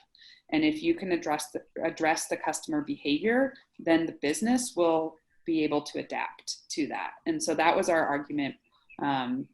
And yes, we were really, yeah. All right, now I'm really like. But we were really fortunate in Colorado that we were able to get breweries to be able to be included as of Friday night. I did not think that was going to be the case, and by Sunday morning we saw the language, and they were. So that was really exciting for us. And a big piece of that was, as you can see, the governor is really concerned about the mingling and the socializing at establishments that are not restaurants. And so we were able to address that. And I think, his argument was that there has to be food associated with that. However, in California, they have to order food with alcohol right now. Luckily, our governor did not mandate that, and that food just has to be available. So it's actually how a lot of breweries already work, in the sense that they already have a food truck outside. It's the same thing. It's just that they now have to be seated and stay seated when they're at the brewery. Yeah. So we that's our experience is food has to be available, menu has to be available, and my advice to my breweries is like, look, this is a sort of loosey-goosey agreement. You can be really cynical about it if you want, and it's not going to work out for you.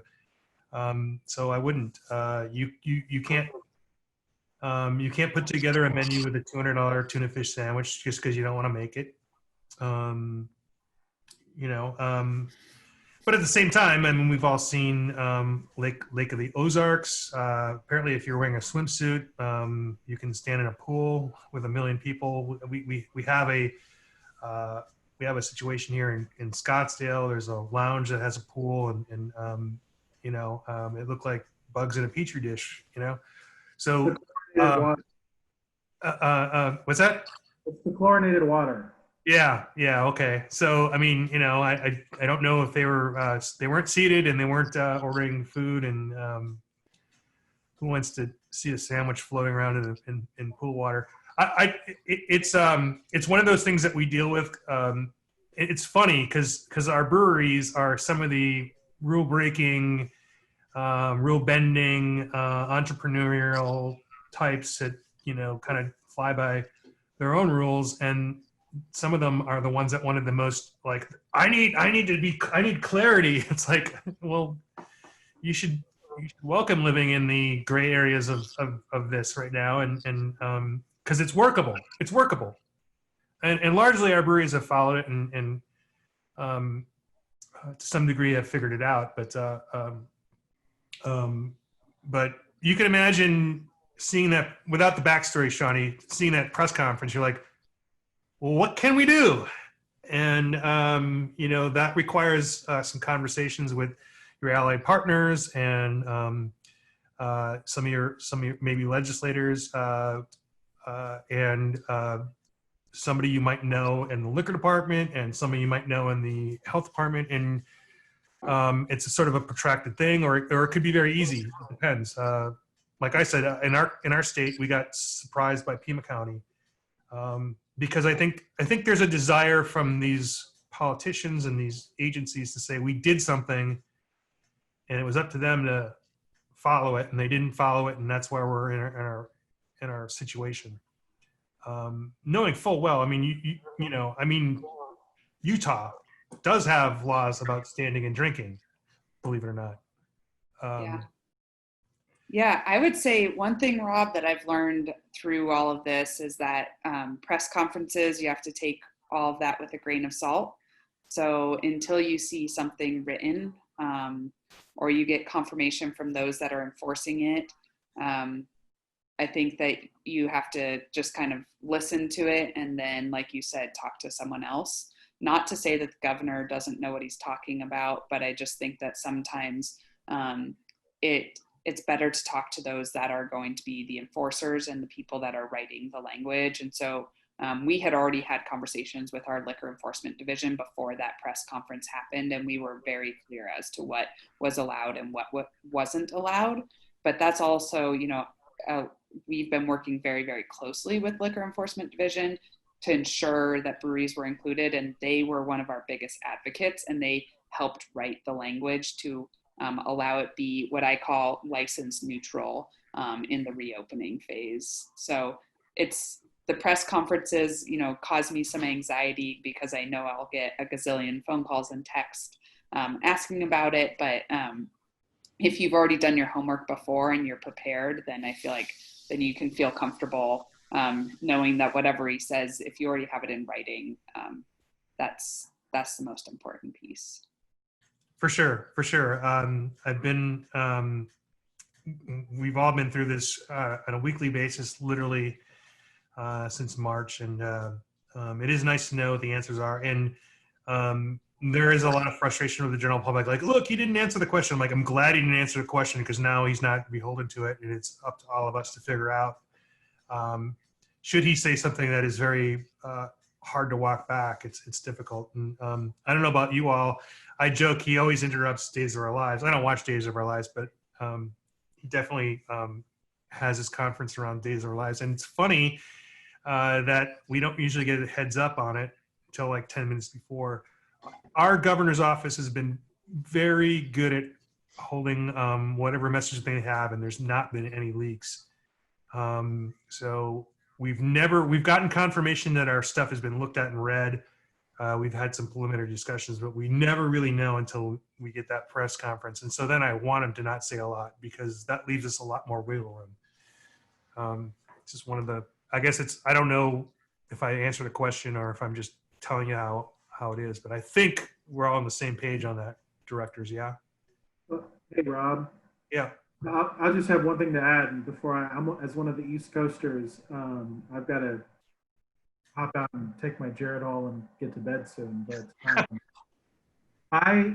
this presents an opportunity for all of us, I think, to really show and really challenge what's probably antiquated notions of, drinking beer and the way we socialize drinking beer, because it is different at breweries, and we are social, but it looks different, right? And it looks different depending on what brewery you're at.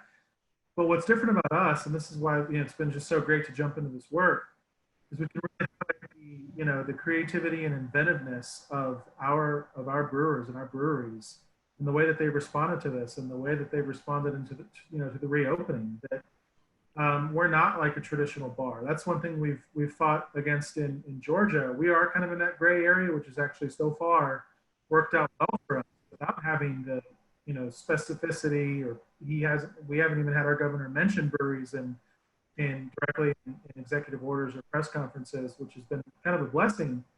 But in the background, there was we're really uncomfortable with the optics of this, and that's an opportunity for us to really push back and say, the optics are good because this shows, how we can be responsive and responsible more than anything. And that's, I know, Rob, you've been big on this. We all have, that we can be, at the forefront of responsible, the sanitation, SOPs, all that stuff, we're leaders in. So that's the way I see it. It's an opportunity to lead. Great. This looks like a good point to sort of wrap things up a little bit. Funny, we didn't really actually talk about the beers we're drinking, and I've been drinking some.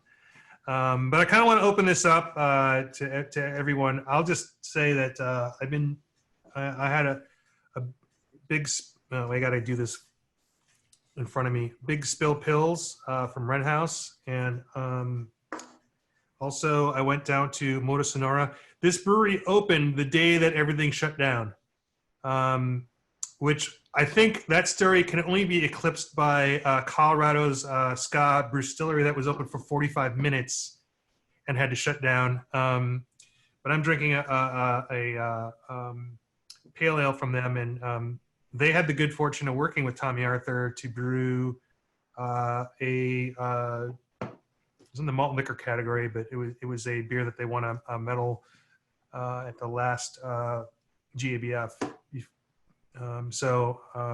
Beautiful place. Hope they do well. I was down there, and they seem to have been rolling with the punches.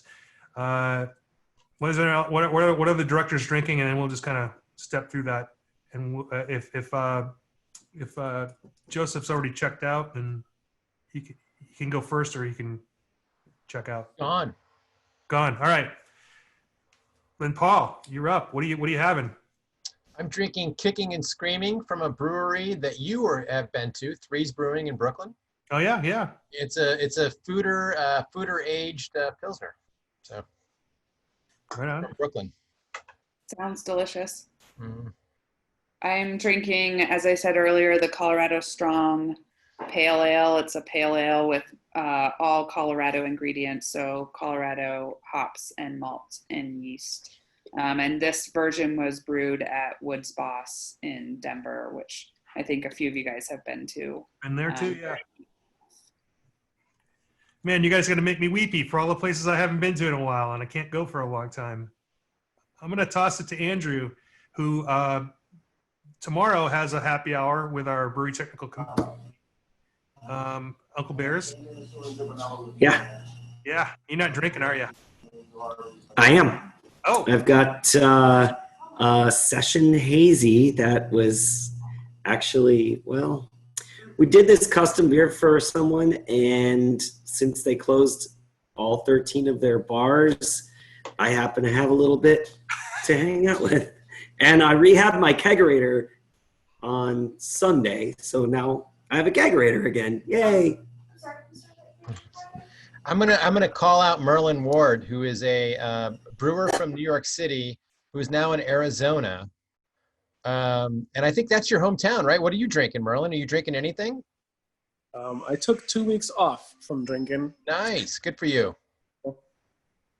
I'm currently on my phone watching Simple Songs with my daughter, so nice. I'm gonna go back to you before you hear the embarrassment.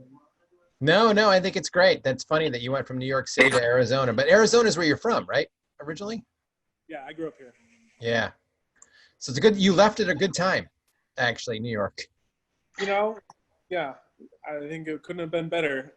I would have sucked to be in a 900 square foot apartment for 5 months. In the epicenter of the COVID crisis at the same time. Yeah. Yeah, well, for everyone's benefit, what's the plan, man? You're here. We've talked. You've got knowledge. Yeah, the real estate, the search is still on. We took all of March off because of what happened, and we figured we'd see what played out first. And then Arizona was looking really hopeful, and it still is for the most part. But now that it's lifted, I think what we want to do, we're currently in negotiations, but we want to see what is actually going to come out of the lifts and see, how these clubs in Scottsdale are creating havoc for everyone. And if it all plays out right, hopefully it's like an October kind of deal, but we'll see. We're taking it slow. It's all unknown from here on out. Right on. You heard it here first, everybody. Thanks. Who's next? Kristen, are you drinking? Kristen Drew's business development manager for the Craft Brewers Guild. Yeah, I saw you walk away. I thought you were going to get something, so you got a bottle of water. Excellent.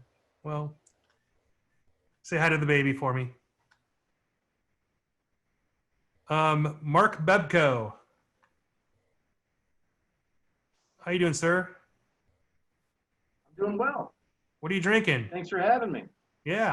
I am drinking. Oh, let's see if we can get this in here. Little Uncle Bear's Brew. This is Beach Bum hiding in a can listed as Fence Jumper Golden Ale. But I got that at the brewery today. Just missed you by a second there, Andrew. I'll be seeing you tomorrow. That's why I got it. It's good. Look at that. Connections made. There's a couple of people who aren't on camera. Thanks, Mark. Nice. We'll see you tomorrow.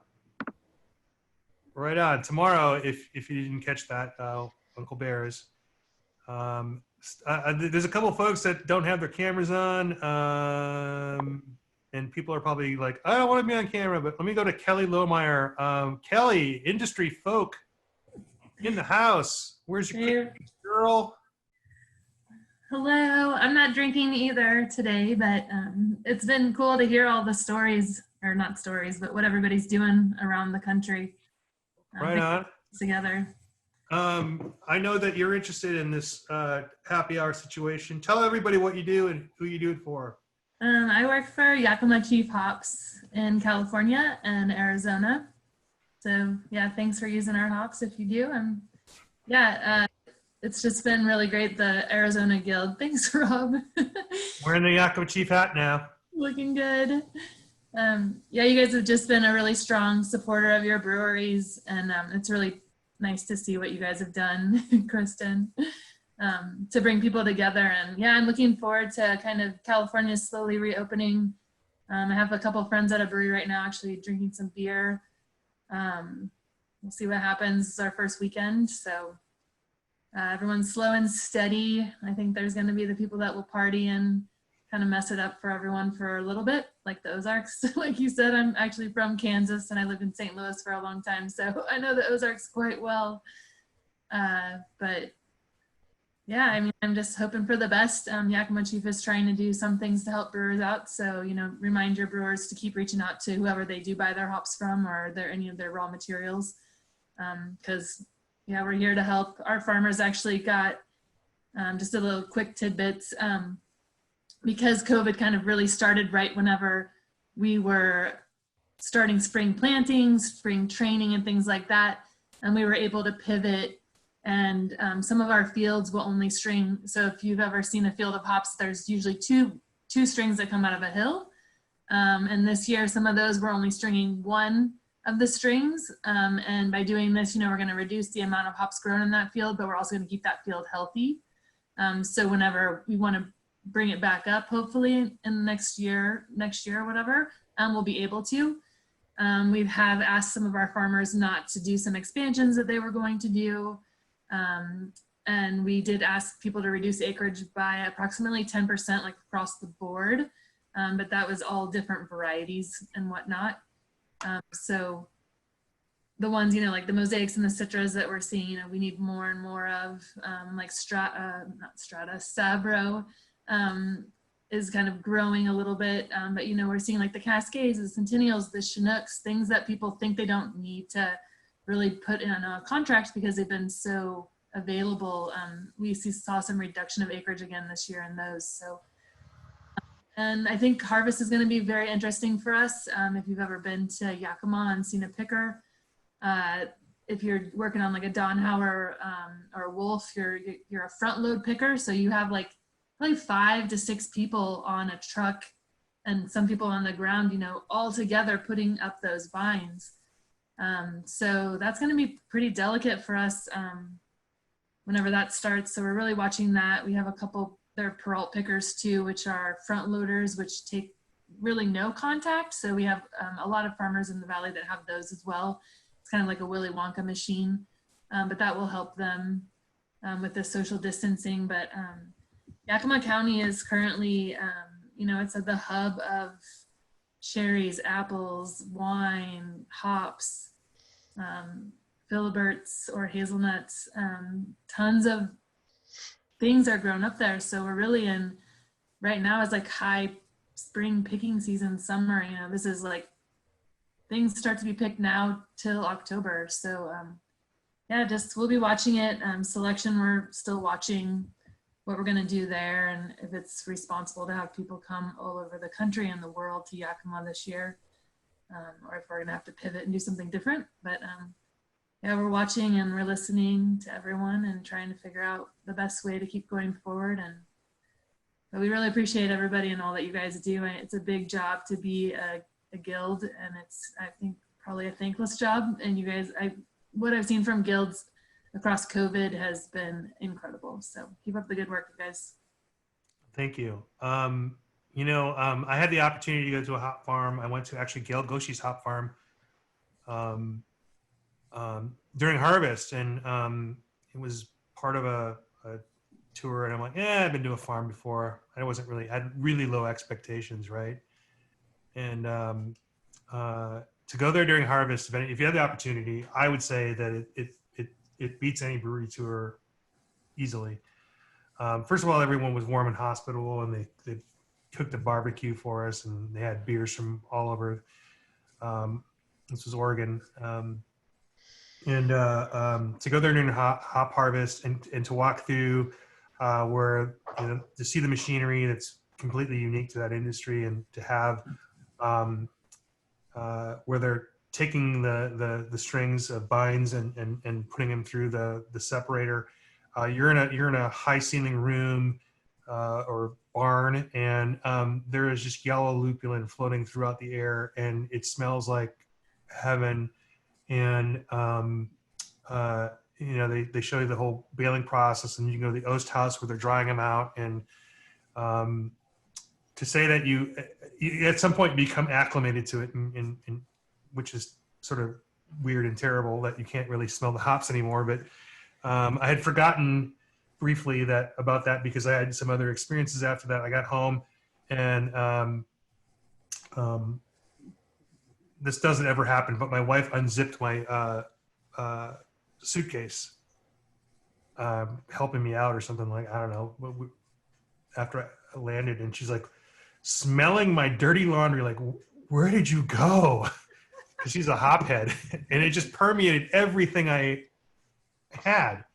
It really does. It was a great experience.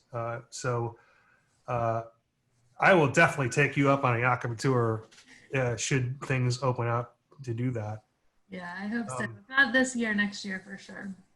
Yeah. Shawnee has checked out or is going to check out. She did.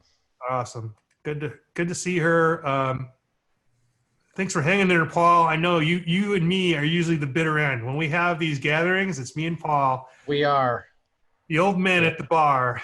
Yeah, not only on these, but like when we were together, like we usually. Well, no, you are much later than me actually. So I will end at like 2, and then I'll see Rob like the next morning. I'm like, how long did you go? And you're like, I don't know, 4, like whatever. Somehow you ended up somewhere beyond me. So you get the prize. Kristen's laughing because she knows. Yeah, I'm usually leaving at like 10, and you guys stay out. We've got 2 more people I haven't heard from. I don't know if they're willing to share or if they walked away from their computers. Steve Ellefson, GM from Fate Brewing Company. Are you still here, buddy? No? Yeah? He probably walked away. I'm here. Can you hear me? Yeah. Are you working? Are you drinking? What's going on? I'm working. Which location? The McDowell. What's that? At the brewery. At the what? At the brewery. Oh, all right. Yeah. Okay. Yeah. Scottsdale Road in McDowell. Yes, ma'am. How are things with the reopening for you? They're going good. Weekends are steady. Friday was almost uncomfortably busy. I think our biggest struggle right now is lunches because not everybody's gone back to work or they're working from home, and so there isn't. We don't have the lunch crowd that we usually do. Well, we had lunch at at Tempe today. Well, thank you. We were in the office. We went back to the office for the second time in a long time, Kristen and I. Nice. Did you guys change buns? Because I wasn't. We had a different bun. That's all I'll say. I know it's tough. We're still using Jason over at Noble Phoenix. You guys are getting Noble? Yeah. I don't know. It just kind of fell apart on my hamburger. So. Uh-oh. Yeah. I'll have to come down there and check it out. Noble bread is awesome. I don't know. That's not my experience with that. You got to keep an eye on those guys down there for me. I will. Good deal. Thanks for this. This was fun to watch. Awesome. Tell your friends. I will. Hey, is it Lucia Shapiro?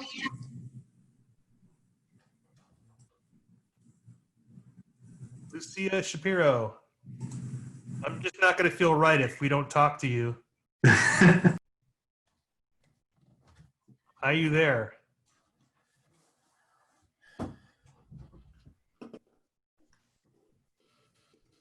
Right on. Well, I'll answer Mark's question. I think Shawnee's gone, but someone asked about the Ozark photo. Like, just for everyone's benefit, if you watch Ozark, the series, there's a character, Ruth. There's a video of Ruth from the Ozarks swearing and yelling at and calling everybody in that video stupid. I will try to find it and put it on my personal Facebook if anyone's interested. It's hilarious. You want to ask it, Mark, or go ahead? Mark Bebko. Sure. Basically, given what we've seen this last weekend here in Scottsdale and in the Ozarks, and I'm imagining in a lot of other states around the country who have reopened with social distance rules, those places like the bar in Scottsdale, for example, what will be the net result of their failure to enforce social distancing? And who's going to be doing it? We have seen lots of things from our governor in the state regarding regulations, and there's nobody to enforce it. So why do you worry about it? Yeah. You're worried that people will... Are you worried that your customer is going to come in and bust your balls on Facebook? They're not in there drinking. You need the people who are out ready to go drinking. They'll come out in 6 months when they're ready to come out. Yeah. So I don't know what the... If the question is about enforcement, this is the case in the world of alcohol. Like in Arizona, there's 6,000 liquor licenses. I'm sure in New York State there's probably 25 or 30,000 licenses. I don't know. I'm just taking a wild ass guess. Other states more, some less. The reality is for liquor violations, and these are liquor violations right now, there's only like 6 enforcement agencies in our whole state. They rely on local PD. In Arizona, you've seen different county sheriffs say they're not going to enforce certain things because they don't agree. The Governor Ducey, I will say, and I wanted to say this earlier, if you understand the laws and you understand governmental structure, you can tell, like, I don't know how many things that people in our industry solved by having a Zoom call. Like, I just wanted to, guys, can't you just get on a Zoom call? Wouldn't it be nice if the state of Arizona communicated with the 4 largest cities or 3 largest cities in Arizona and came to an agreement about things? That's just not how it works, unfortunately. Even though they have intergovernmental agencies, the point is we deal this on a regular basis. We are set with regulations, and there's a good faith effort, and most people in this industry follow the regulations in good faith. I think there's plenty of wiggle room for some certain things. There's also the situation where just because they don't bust you the day of doesn't mean they won't get you later.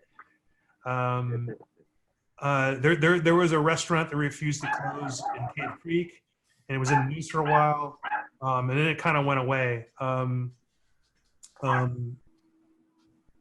here to say that somewhere down the road they're going to get a fine, or they're going to show up, the state agency, when this is all cleared out, say, hey, we found you in violation.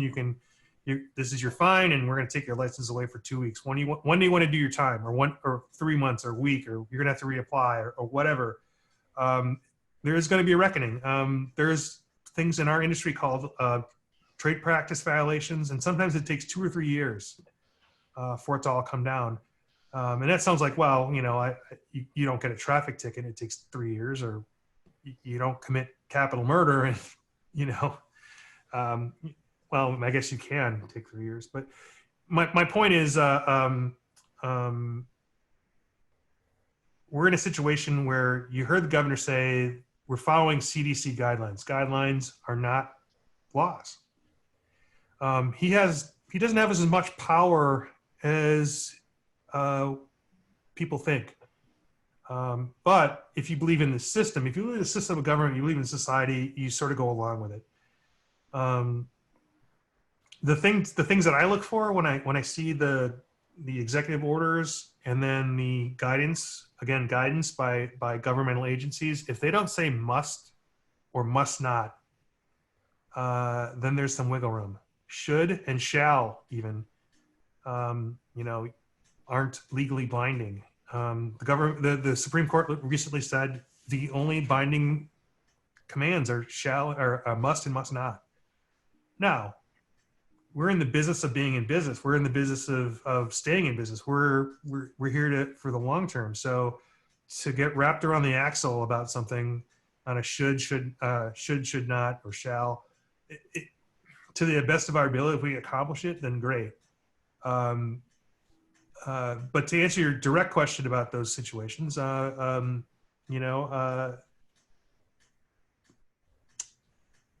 not going to work out for them in the long run.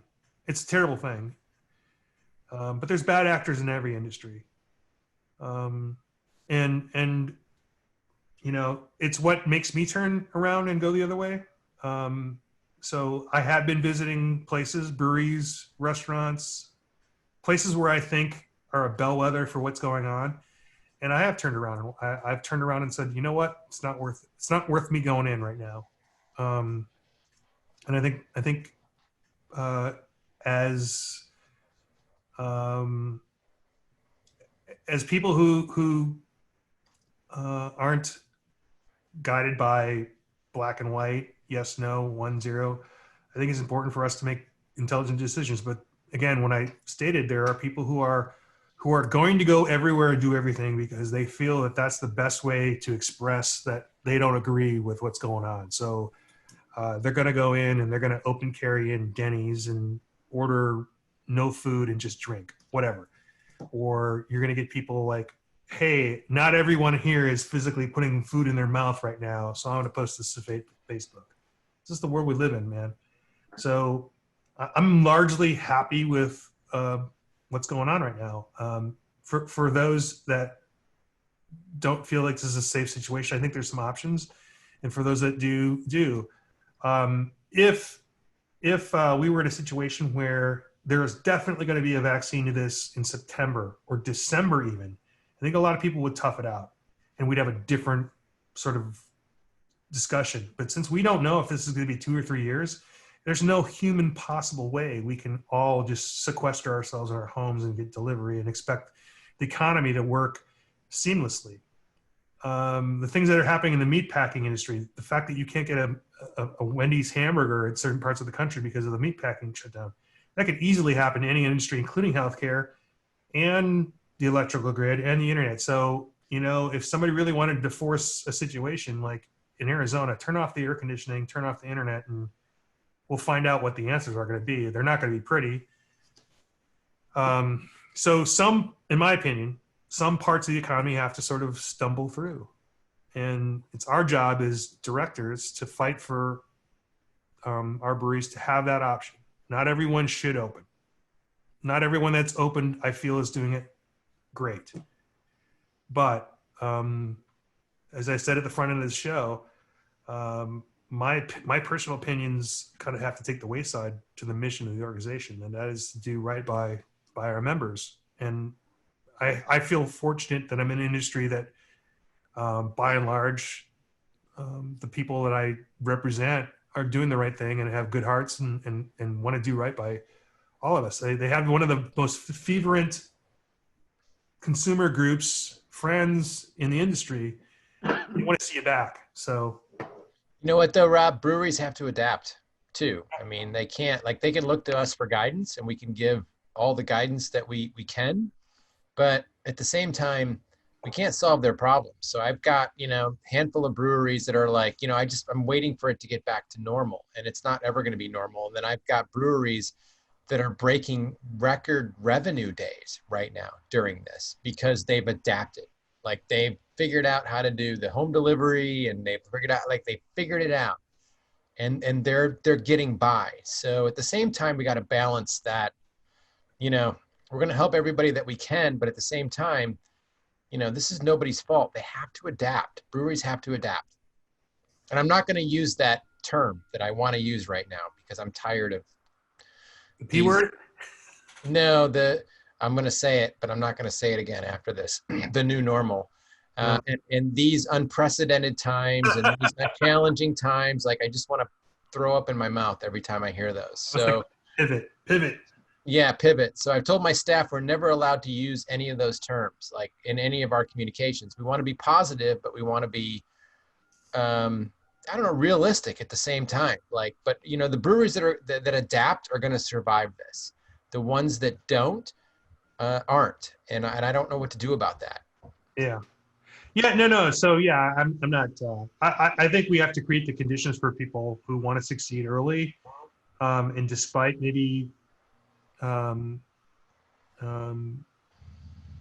people's feelings, because if we're looking at people's sentiments, at one point in time, 70 to 80% of the people said, "Hey, no, we're fine. Don't do anything new." But at the same time, I think it's bigger than that. I think there's a lot of this is how I vote, but this is what I do, and I think that number is going to increase. No, and I agree with what you said. I think there's going to be a couple setbacks, if not just one. The virus is on its own timeline, and I totally agree. Our contingency plan as an organization is like, hey, this could happen. This, as you know, the things that normally are traditionally our bread and butter just aren't on the table yet. Yeah. And even if we plan them, because on paper I have 3 events planned, knowing full well they're not going to go through, but that's what I have to do. I think planning for the worst and hoping for the best is the best business plan for us, for breweries, all of that. I mean, I just really do. I said what I said earlier. My president of our association said, back in March, I'm planning for no income from July. And I thought he was kind of crazy. I'm like, that seems kind of extreme. And he was dead on. And he's all right. He's getting through this. He's adapted. So, I don't know. I mean, it's a tough business already. So just, I don't know. I mean, adapt. I don't know what else to say to these guys. Yeah. Well, hopefully we answered your question, Mark. I don't know. There's going to be bad actors, Well, what I hope and would like to see is that there are good human beings out there that can go to a brewery, just like I did today, going to Uncle Bear's, sitting down, ordering my beer, and having a conversation with somebody 6 feet away. I didn't have to get up off my table and walk up there and get in their face and wander around the bar with my beer, which might be something that I would do any other time in the circumstance of life in a brewery. I get it. But I think that, or at least I'd like to think that there are a lot of good human beings out there that will maintain that distance, but will still go out and visit their breweries. I went out and had a steak day one the restaurant opened. And I because I'm just tired of sitting around. I needed to have something else. I don't have a grill at home. I wanted steak. So can I, You Rob? know, but I think that. I'm sorry, Mark. To your point, Mark, so we created these posters. I'm gonna share this real quick if you guys don't mind, for breweries. So it's sort of we're gonna get rid of this "be smart, do your part" thing because we felt that it was gonna be political. But it's sort of our pledge to you and your pledge to us when you go to a brewery. And so we want the brewers to put these in the front of their door, and as people walk in, we want them to know. It's sort of like I don't know. It's like when you walk through past this sign, you're agreeing that we're gonna be safe, and you need to be safe as well. And no, and I've used this word, and I don't want to overuse it. It's a social contract. Yeah, and it requires all of us to work together. So, going back to the Colorado situation, yeah, we've always said we're public houses, and you do behave differently in a brewery than a restaurant. I often say in a brewery, you will approach people that you tangentially know or don't know and say, hey, what are you drinking? Or I saw you order this, and what's it taste like? You would never do that in a restaurant. You wouldn't go, hey, you walk into someone's table and just like quiz them on what they're eating in the same way you would for beer. So I get that. But it's an agreement, and, it's what I told my breweries is like, it's optics too. And there are no police to separate people from 6 feet. And everyone walks in there with good intentions, and as things progress, the big unknown is human behavior. And human behavior is such that you forget you go there to forget the outside cares of the world. And so it is very easy for you to drop your guard and to do something you normally wouldn't do. So that's the danger. And to what degree that danger is truly dangerous, we just don't know. But we're counting on good people to do good things. And so if you go to a place, I feel the same as you, Mark. If I can go to a place and I can create separation, and I can yell across the bar 6 feet or whatever, or I can keep my distance, I can still engage people. And I think just looking people in the eye is comforting, and waving to people I know, it's great. It's what we all need. But if two people that know each other but haven't seen each other in a while decide to hang out, and I'm not compelled to go, hey, oh my God, something terrible is happening here. People are going to do that. And there's, I'm sure on Facebook you'll see someone calling the police about it. I just don't think that's the answer. As much as I would prefer them not to do that, I don't know. I'm in a group of friends that we would think nothing of sharing, hey, taste this. I think that's gone for quite a while. So.